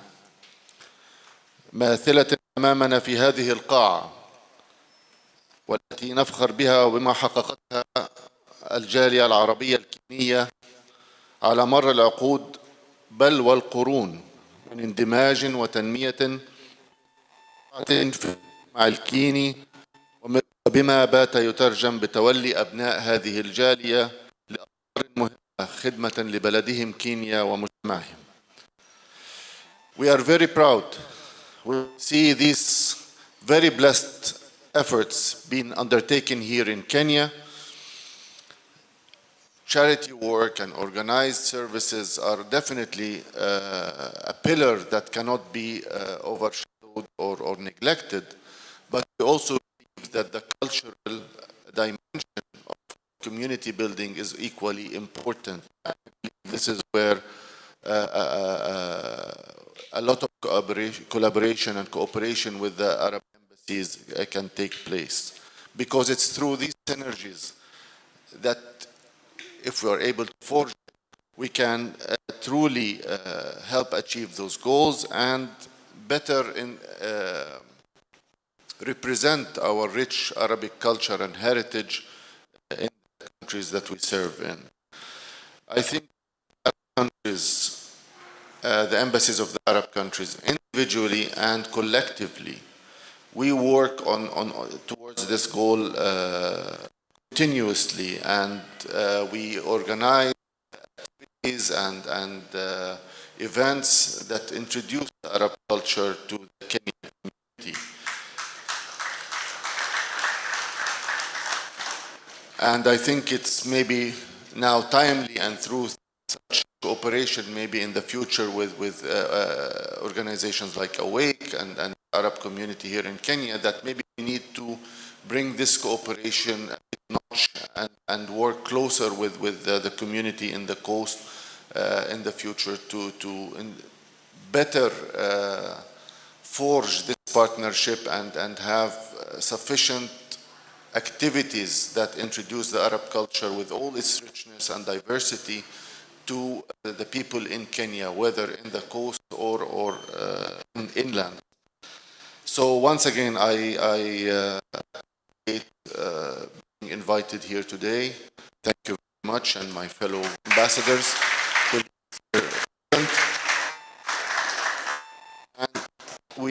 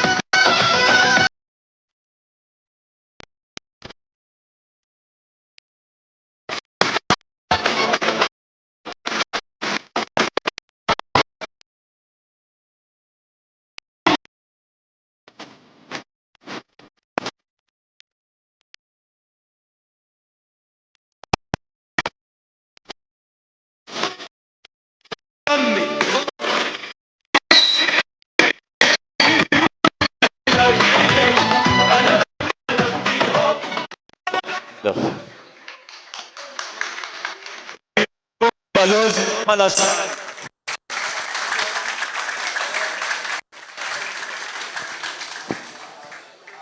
شكرا سفير، هذا فخر علينا.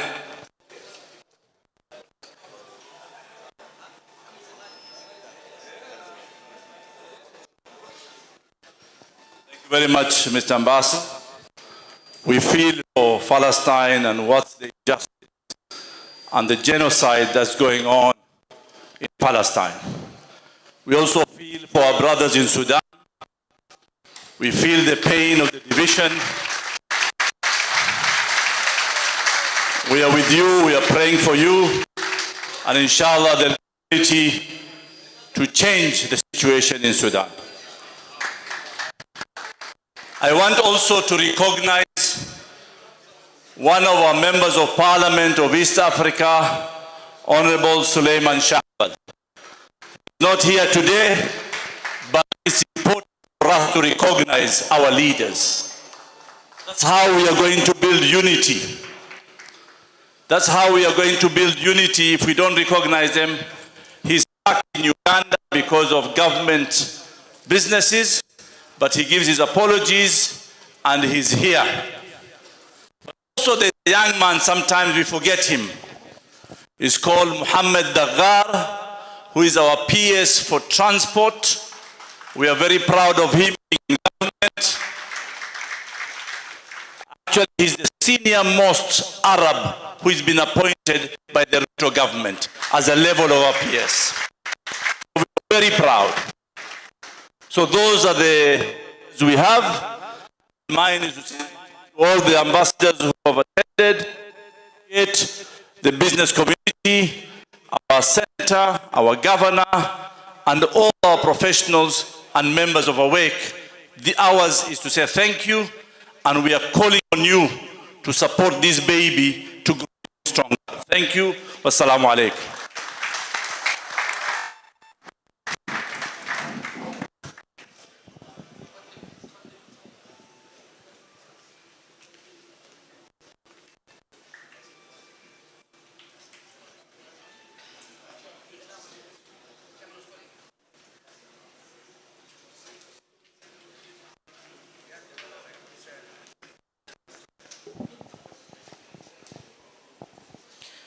Shukran waheshimiwa wote, shukran wahudhuria wote. Nafikiri sasa tumefika kumaliza hafla yetu, na tarajia kuwa alhamdulillah imekuwa ni hafla yenye kufana, na ni hafla ambayo tunamwomba Allah subhanahu wa ta'ala ajalie ni hafla itakokuwa na matunda mengi na mafanikio mengi. Huku kuja pamoja tu na kukaa tu bila kufanya lolote, hata tukanyama ni mafanikio. Kuonesha kwamba ule mwito ukitoka tumekubali kwamba hili jambo ni jambo letu. Na kumuona bwana waziri akiwa hapa na utanashati na nguvu kwamba hili jambo, maana tunasema ni kama lake, no, ni lake. Shukran bwana waziri.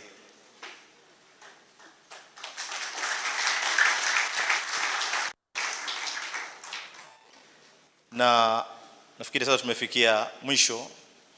So katika programu yetu tunataka ku recognize wale life members na kuwapatia certificates zao za life membership. Hawa ni life members wa society, lakini sote ni life members of the community. Itakuwa ni vizuri members of the community ikiwa tutakuja to a member of the society, so society iweze kusonga mbele zaidi. Wa shukran maali as-safir amenipunguzia kazi ya translation. Thank you very much. Japokuwa najua kuna mengine yamefahamika zaidi kwa Kiarabu. I'm insisting on Kiarabu. Sawa. Sasa nafikiri tutaanza kuwataja wale ambao ni life members. Namuona hapa Abdurrahman al-Nadhiri. Chairman alipokuwa akimtaja Abdurrahman nasema hajui ampe cheo gani. Mimi Abdurrahman nitampa cheo. Hadha habibi yani. وكلكم احبابي واتمنى ان اكون حبيبكم انا. شكرا تسلم حبيبي.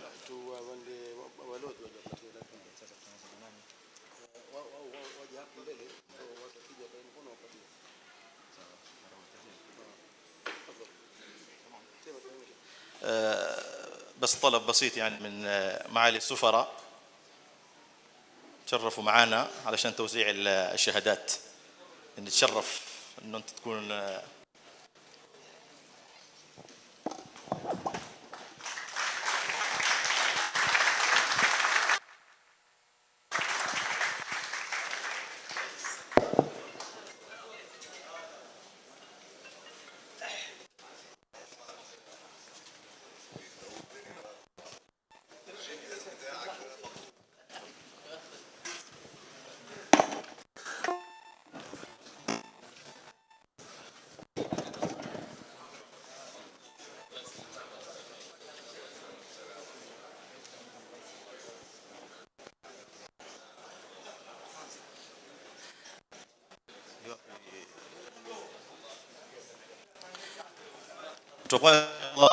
ni administrator wetu wa clinic Sheikh Muhammad Hassan Bash'ib. شعبي.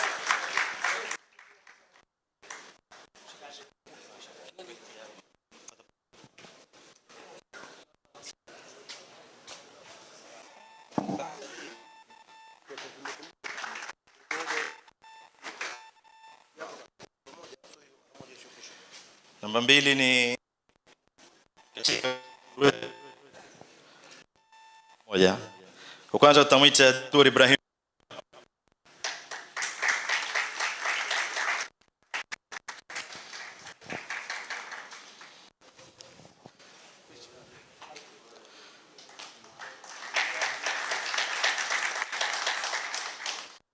دكتور عوض حمد.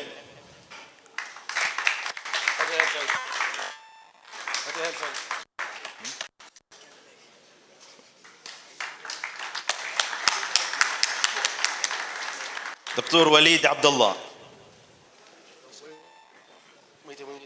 دكتور عوض طاهر فرج.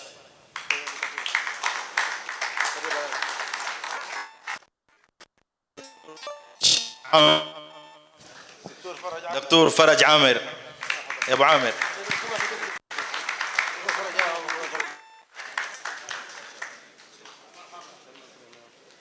دكتور عمر شرمان.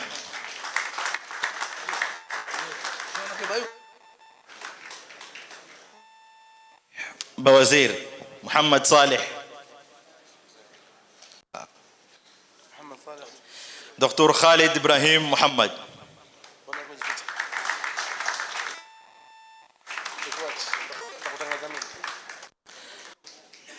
حمود علي عبد القادر.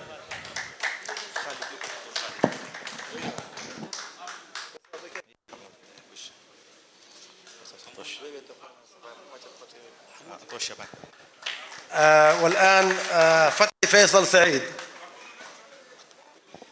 تفضل حمود. أنا بشكرك.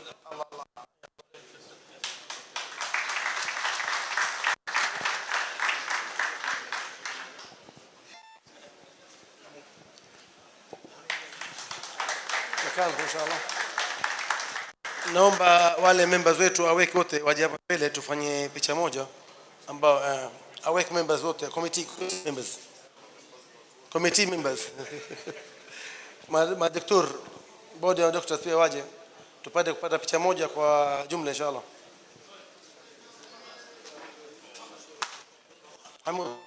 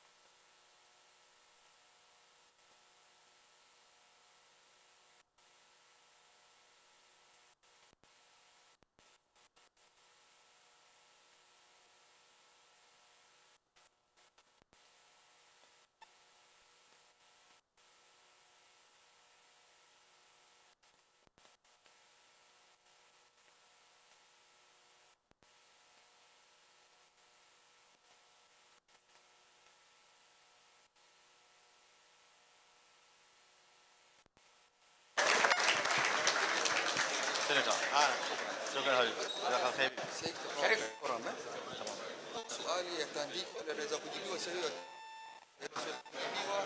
yaandikwe hata tuwapatie tuzungushie mic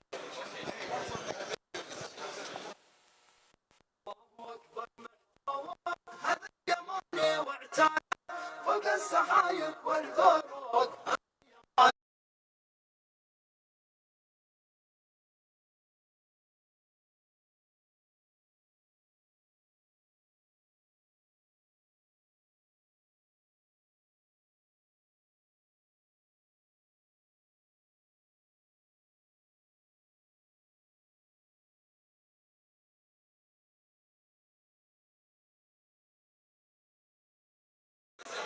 معلش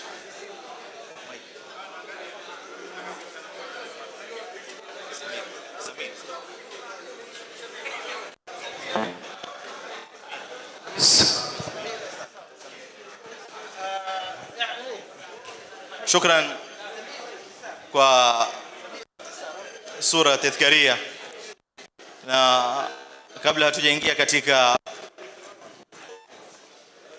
yanayokuja mbele na tambua ndugu yetu hapa al-akh Samir al-Jassar ambaye director wa jazakallah khair na sasa please itakuwa ni open forum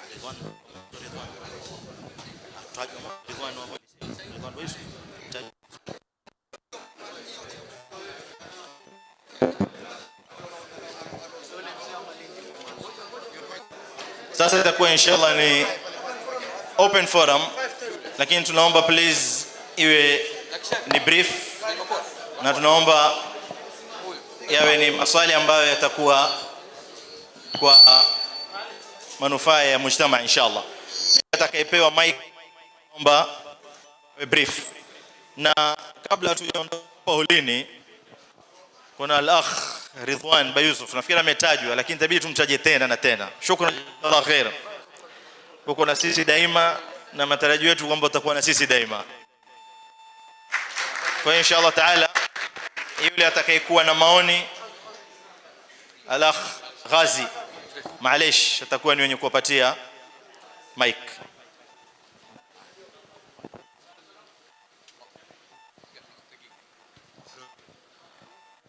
السلام عليكم ورحمة الله وبركاته نحمده ونصلي على رسول الكريم. My suggestion, every community in this country, they have got a kingpin. If you take Luos, they have got Raila Amolo Odinga. If you go to Eastern, you see Kalonzo Musyoka. From today, let us have Arab Kenyan kingpin, and we will follow him. If he tells us to sit, we will sit. We stand, we will stand. We jump, we will jump. From today, let us have unity of purpose. Thank you.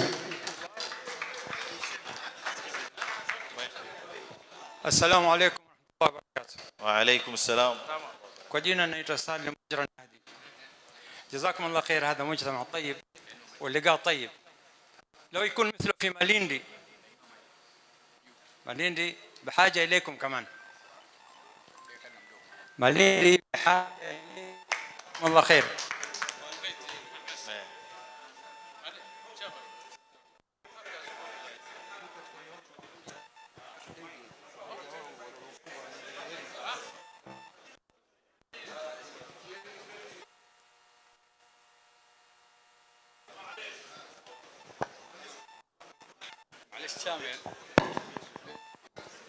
ماليندي تدعوكم لنفس الغرض هذا. جزاكم الله خير. وبالنسبة للعقوق، هل من العلاج الحال ولا هو عائلته؟ واللغة العربية هي الأهم. علينا نتعلم العربية ونعلم عيالنا، لا نضيع وقتنا بالقيل والقال. العربية أهم شيء هي لغة القرآن. جزاكم الله خير.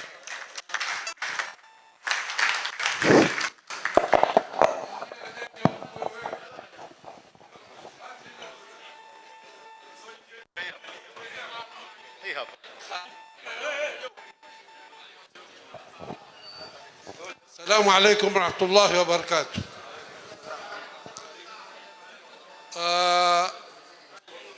Kwa niaba labda ya community si uzo,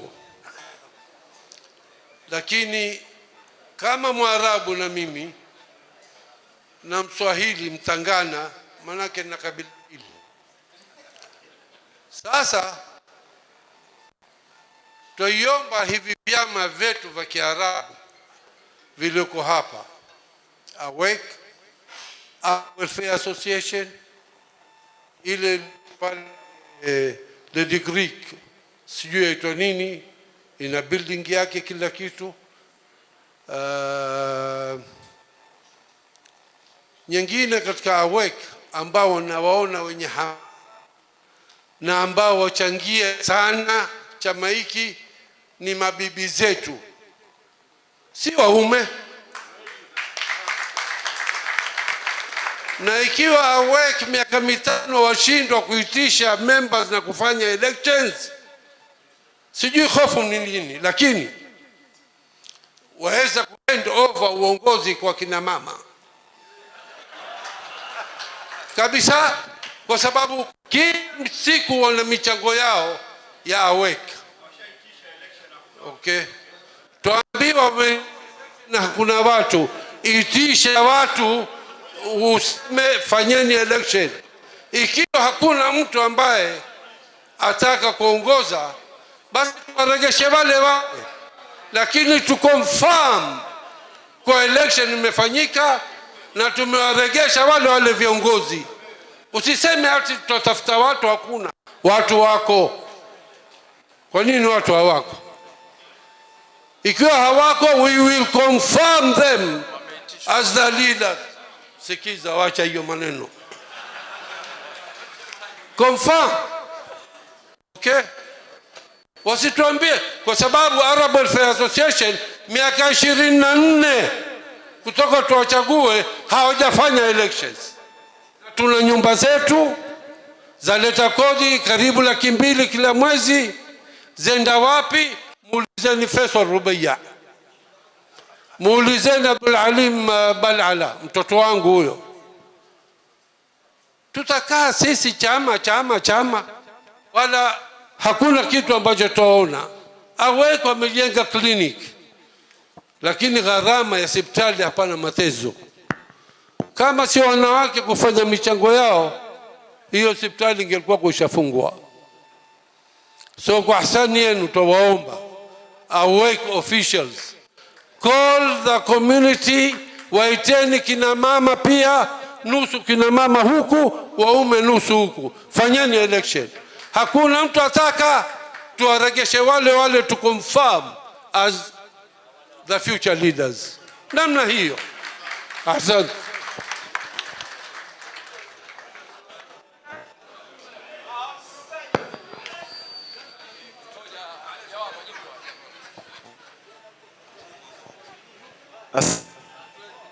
Allahi wa barakatuh. Mimi kwa majina naitwa Samir Abdullah Mjassar na ni director katika parastatal ya Post Bank. Niko hapa kuwapongeza kamati ya Awake na members mloko hapa nyote. Hii inaonesha umoja na mahaba mlionayo ya hichi kikundi. Sisi baadhi yetu, mimi mmoja wao, sijalipa hata member fee, lakini nimealikwa na nimekuwa recognized kama mtoto wao wa Kiarabu. Niko hapa mbele yenu. Tayari hiyo inaonesha faida ya kikundi cha Awake. Awake kilia ya recognition ya jamii yetu. nadhani kikundi hicho kimefaulu hapa. Simpigie makofi. Pili, kabla hatuzungumzia kuhusu kamati, tuzungumzie gani sisi katika kikundi hichi ambacho sisi twakipeleka. Ansema tuchangeni pesa au wewe useme wa kitu. Kuna hapa wakiraza pesa. Ni pongezi kwenye grupu, kuna watu wanazungumza. Mimi niko kwenye grupu ya WhatsApp na naona watu wanatoa maoni yao na ni maoni ya kuelewa. Kwa hivyo sisi tukiwa hapa mzie jambo la kwenda mbele, sio kuvunjana moyo. Waloko hapa wamejitolea. Muna mshahara kamati, mwalimu mshahara. Sasa mimi kubwa nawaambia hivi, tupongezane nguvu kwa kila anayeamka kuhakikisha atetea jamii yake. Hilo jambo la muhimu la kwanza, maana waka mtu asimame aseme na yeye wajitolee shilingi, huyo mtu amfikiria future yetu sisi. Mimi nataka kumalizia hivi. Chairman anasema tuna members 1400 wako registered. Ni kweli si kweli? Na akasema just 4% ndio yatoa contribution katika maendeleo ya chama hichi. Na hiyo ni very poor performance katika kamati hii. Kwa nini? Wengine wameweka kulingana na pesa ya 200. Tuwenge hapa 200 kwenu ni rahisi. Lakini 200 haivivutio kwenu, kwa sababu kuna local mwananchi, kuna middle class na high class. Ndivyo sivyo? Kuna wenu hapa wanaweza tumia 20,000 kwa siku, wacha 200. Hao tunaoita high class.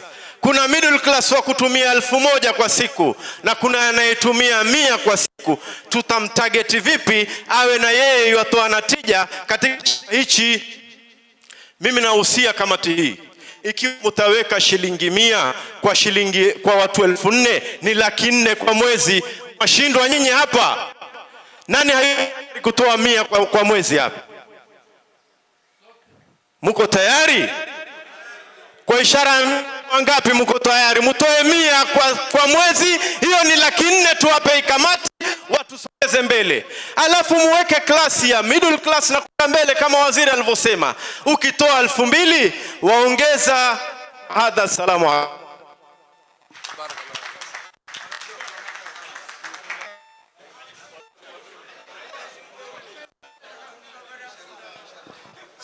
Assalamu alaykum wa rahmatullahi. Mimi ni Abdullah Shirahil.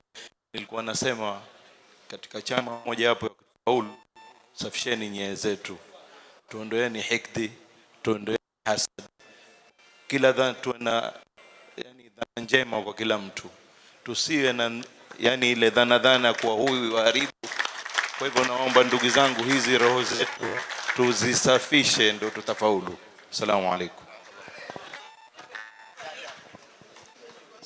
السلام عليكم ورحمة الله وبركاته. بس أتكلم جماعة. لا، أول شيء أهنيكم الجماعة هؤلاء الذين قاموا بالجمعيات هذه. وكمان أهم شيء الجماعة يعني قالوا أهم شيء اللغة العربية والإسلامية. وبهذا يعني مسائل نبغى ونطلب مع الجماعة من مصر والسودان عشان يساعدنا بال يعني هدف هذه. Nitaongea sasa Kiswahili kwamba kuomba ndugu zetu na Libya na Masr watusaidie kwenye, sio kusaidie kipesa, la, watusaidie kuunga lugha, kuunga madaris malakia ya kufundisha lugha. Na la mwisho ni أهم شيء عشان الجماعة من أخونا السفير من بريطانيا. بس يعني أبغى أقول لك كنا عندنا هنا الديمونستريشنز يعني عشان اللغة الجماعة، tulikuwa na demonstrations hapa mara mbili يا فلسطين. لكن مع الأسف الشديد كم نحن يعني وصلنا في ذاك الديمونستريشن، يعني قليل مرة، يعني حسبت أنا يعني أقل من 20 يوم. طيب جماعة جزاكم الله خير. Assalamu alaikum warahmatullahi wabarakatuh. Kwa majina ni Chairman Ahmed Talib bin Haris kutoka Lamu. Nimechukua kuwapongeza ndugu zetu waliounda jumuiya. Lazima jumuiya ikianza kuundwa, mambo madogo madogo yataanza kutazaliwa baada ya miaka 5. Jumuiya hii inshallah itoe branch Lamu branch, Malindi branch, Kilifi branch, kwa sababu Lamu ina mahadhara mengi, ina Waarabu wengi. Tena Waarabu ndio uti wa mgongo, ndio ma businessmen kule, ndio ma investors, mashamba, kila kitu. Jambo la pili, ningeomba vijana tuwahamasishe. Hao vijana wetu wanaoinukia, hata kama ni shilingi 50, wazee kama 200, vijana na wao tuwahamasishe vidogo hao walioanza kazi kama madereva wa tuktuk, tuwaekee average ya shilingi 50, wa donate nao, wajue nao hichi chama ni chao. Kwa hivyo nawashukuru nyote, inshallah tuungane tuwe pamoja inshallah. Wa shukran. Assalamu alaikum. Mimi kama youth lengo la hii chama ni kuendeleza interest yetu kama jamii. Sasa vijana wetu wamesoma, wako na madigrii kwa nyumba na zinaozea kwa nyumba, hawapati kazi. Wamesoma, hiyo jambo lazima liangaliwe. Hiyo grievance naelekeza kwa Abdulsamad haswa. Vijana wetu wamesoma, tafadhalini muangalie kwa ajira.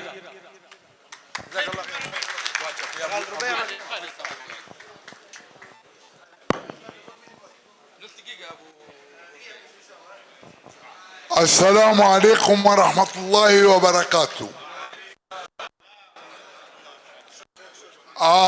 Bwana Shaabi amesema kuwa wazee wetu wankuja na majahazi bila engine na tanga na nini. Kweli, lakini Shaabi nafikiri hajui kitu kimoja kimempita.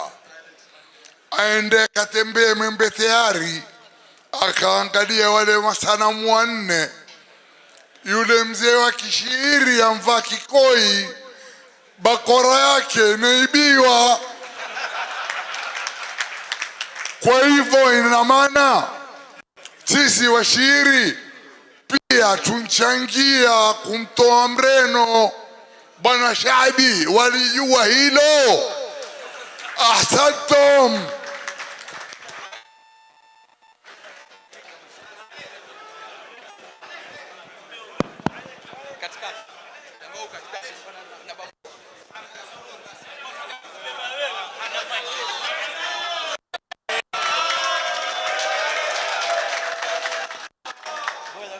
Assalamu alaikum wa rahmatullahi wa barakatuh.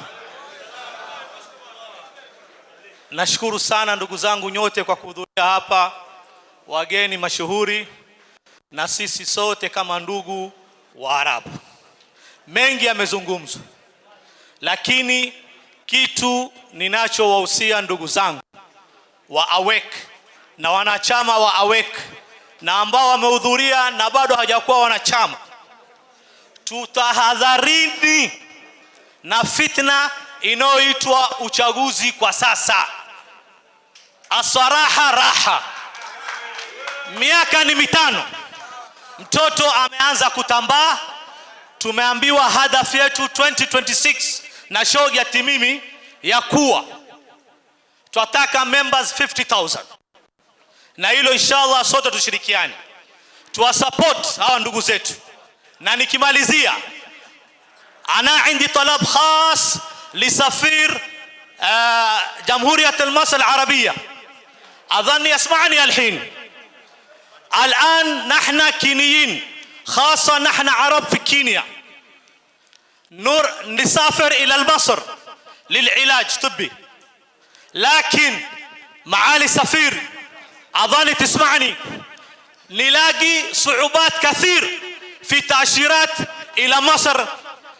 نرجو منك أن تسهل أمورنا في تأشيرات، علشان كينيين يسافرون إلى الهند يستعملون 36 مليار دولار في السنة للعلاج، والآن نحن نتجه إلى مصر للعلاج الطبي. شكرا، السلام عليكم. شكرا، جزاكم الله خير.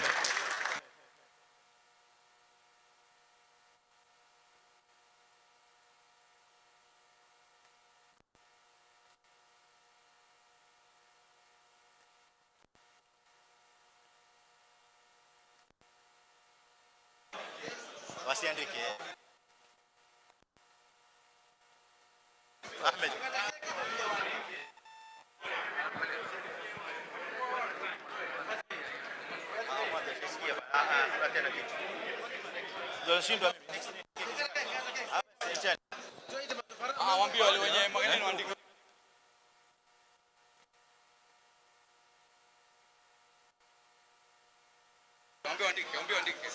Naam, shukran. Nafikiri ilikuwa kidogo kutoa maoni. Mwenye maoni tuomba please atuandikie, inshallah yatamaliza. Na sasa naam, kuna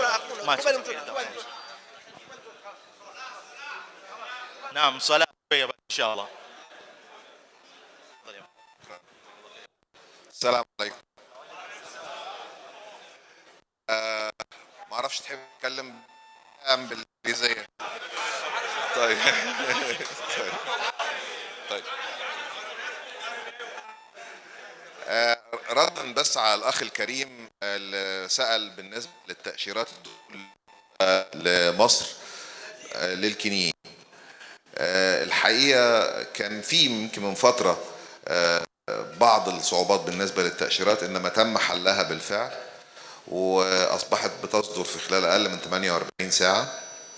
ده نقطه. النقطه الثانيه ان انا احب احذر منها ان في للاسف الشديد بعض المحتالين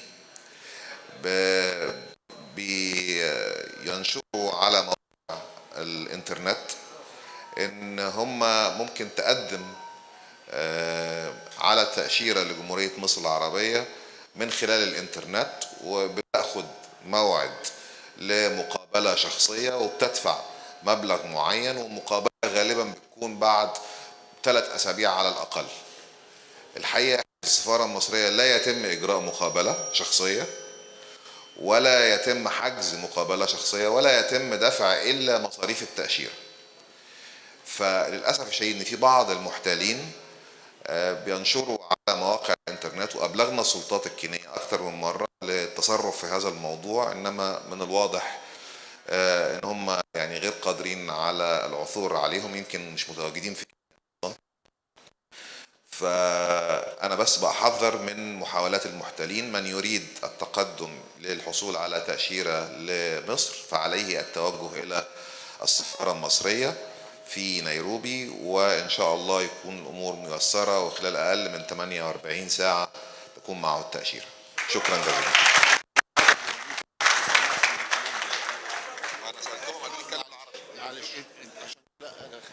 هل أحتاج Do I need to say that in English? Some people say yes. Okay, maybe a shorter version of that. There were some restrictions a few years ago as regards to visas for Kenyans to go to. But now there's none. However, I would like to caution everyone that there's some people on the internet, they advertise that you can apply online and you get an appointment for an interview at the embassy, and you pay a sum of money online in order to arrange for this interview. I would like to tell you that the Egyptian embassy does not hold interviews for Kenyans, and this is a scam. They take the money, and a lot of people get to us and they tell us, they contact us and they tell us, we paid the money and we asked for the interview and it was never given to us. This is a scam. We don't ask for interview. Don't pay any money online. If you want a visa to go to Egypt, which is very easy now, you just apply, go to the embassy in Nairobi, apply for it, and you'll get it in 48 hours. Thank you.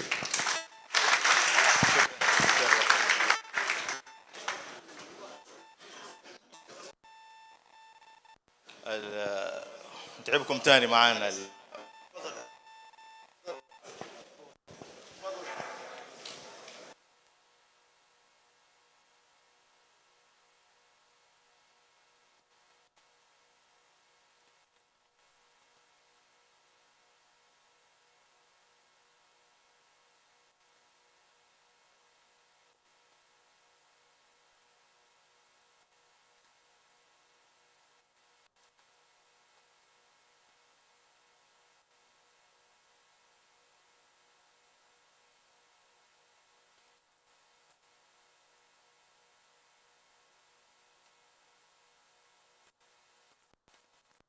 الله أكبر محتوى هذا اليماني واعتالى فوق السحايب والبرود هذا اليماني فوق فوق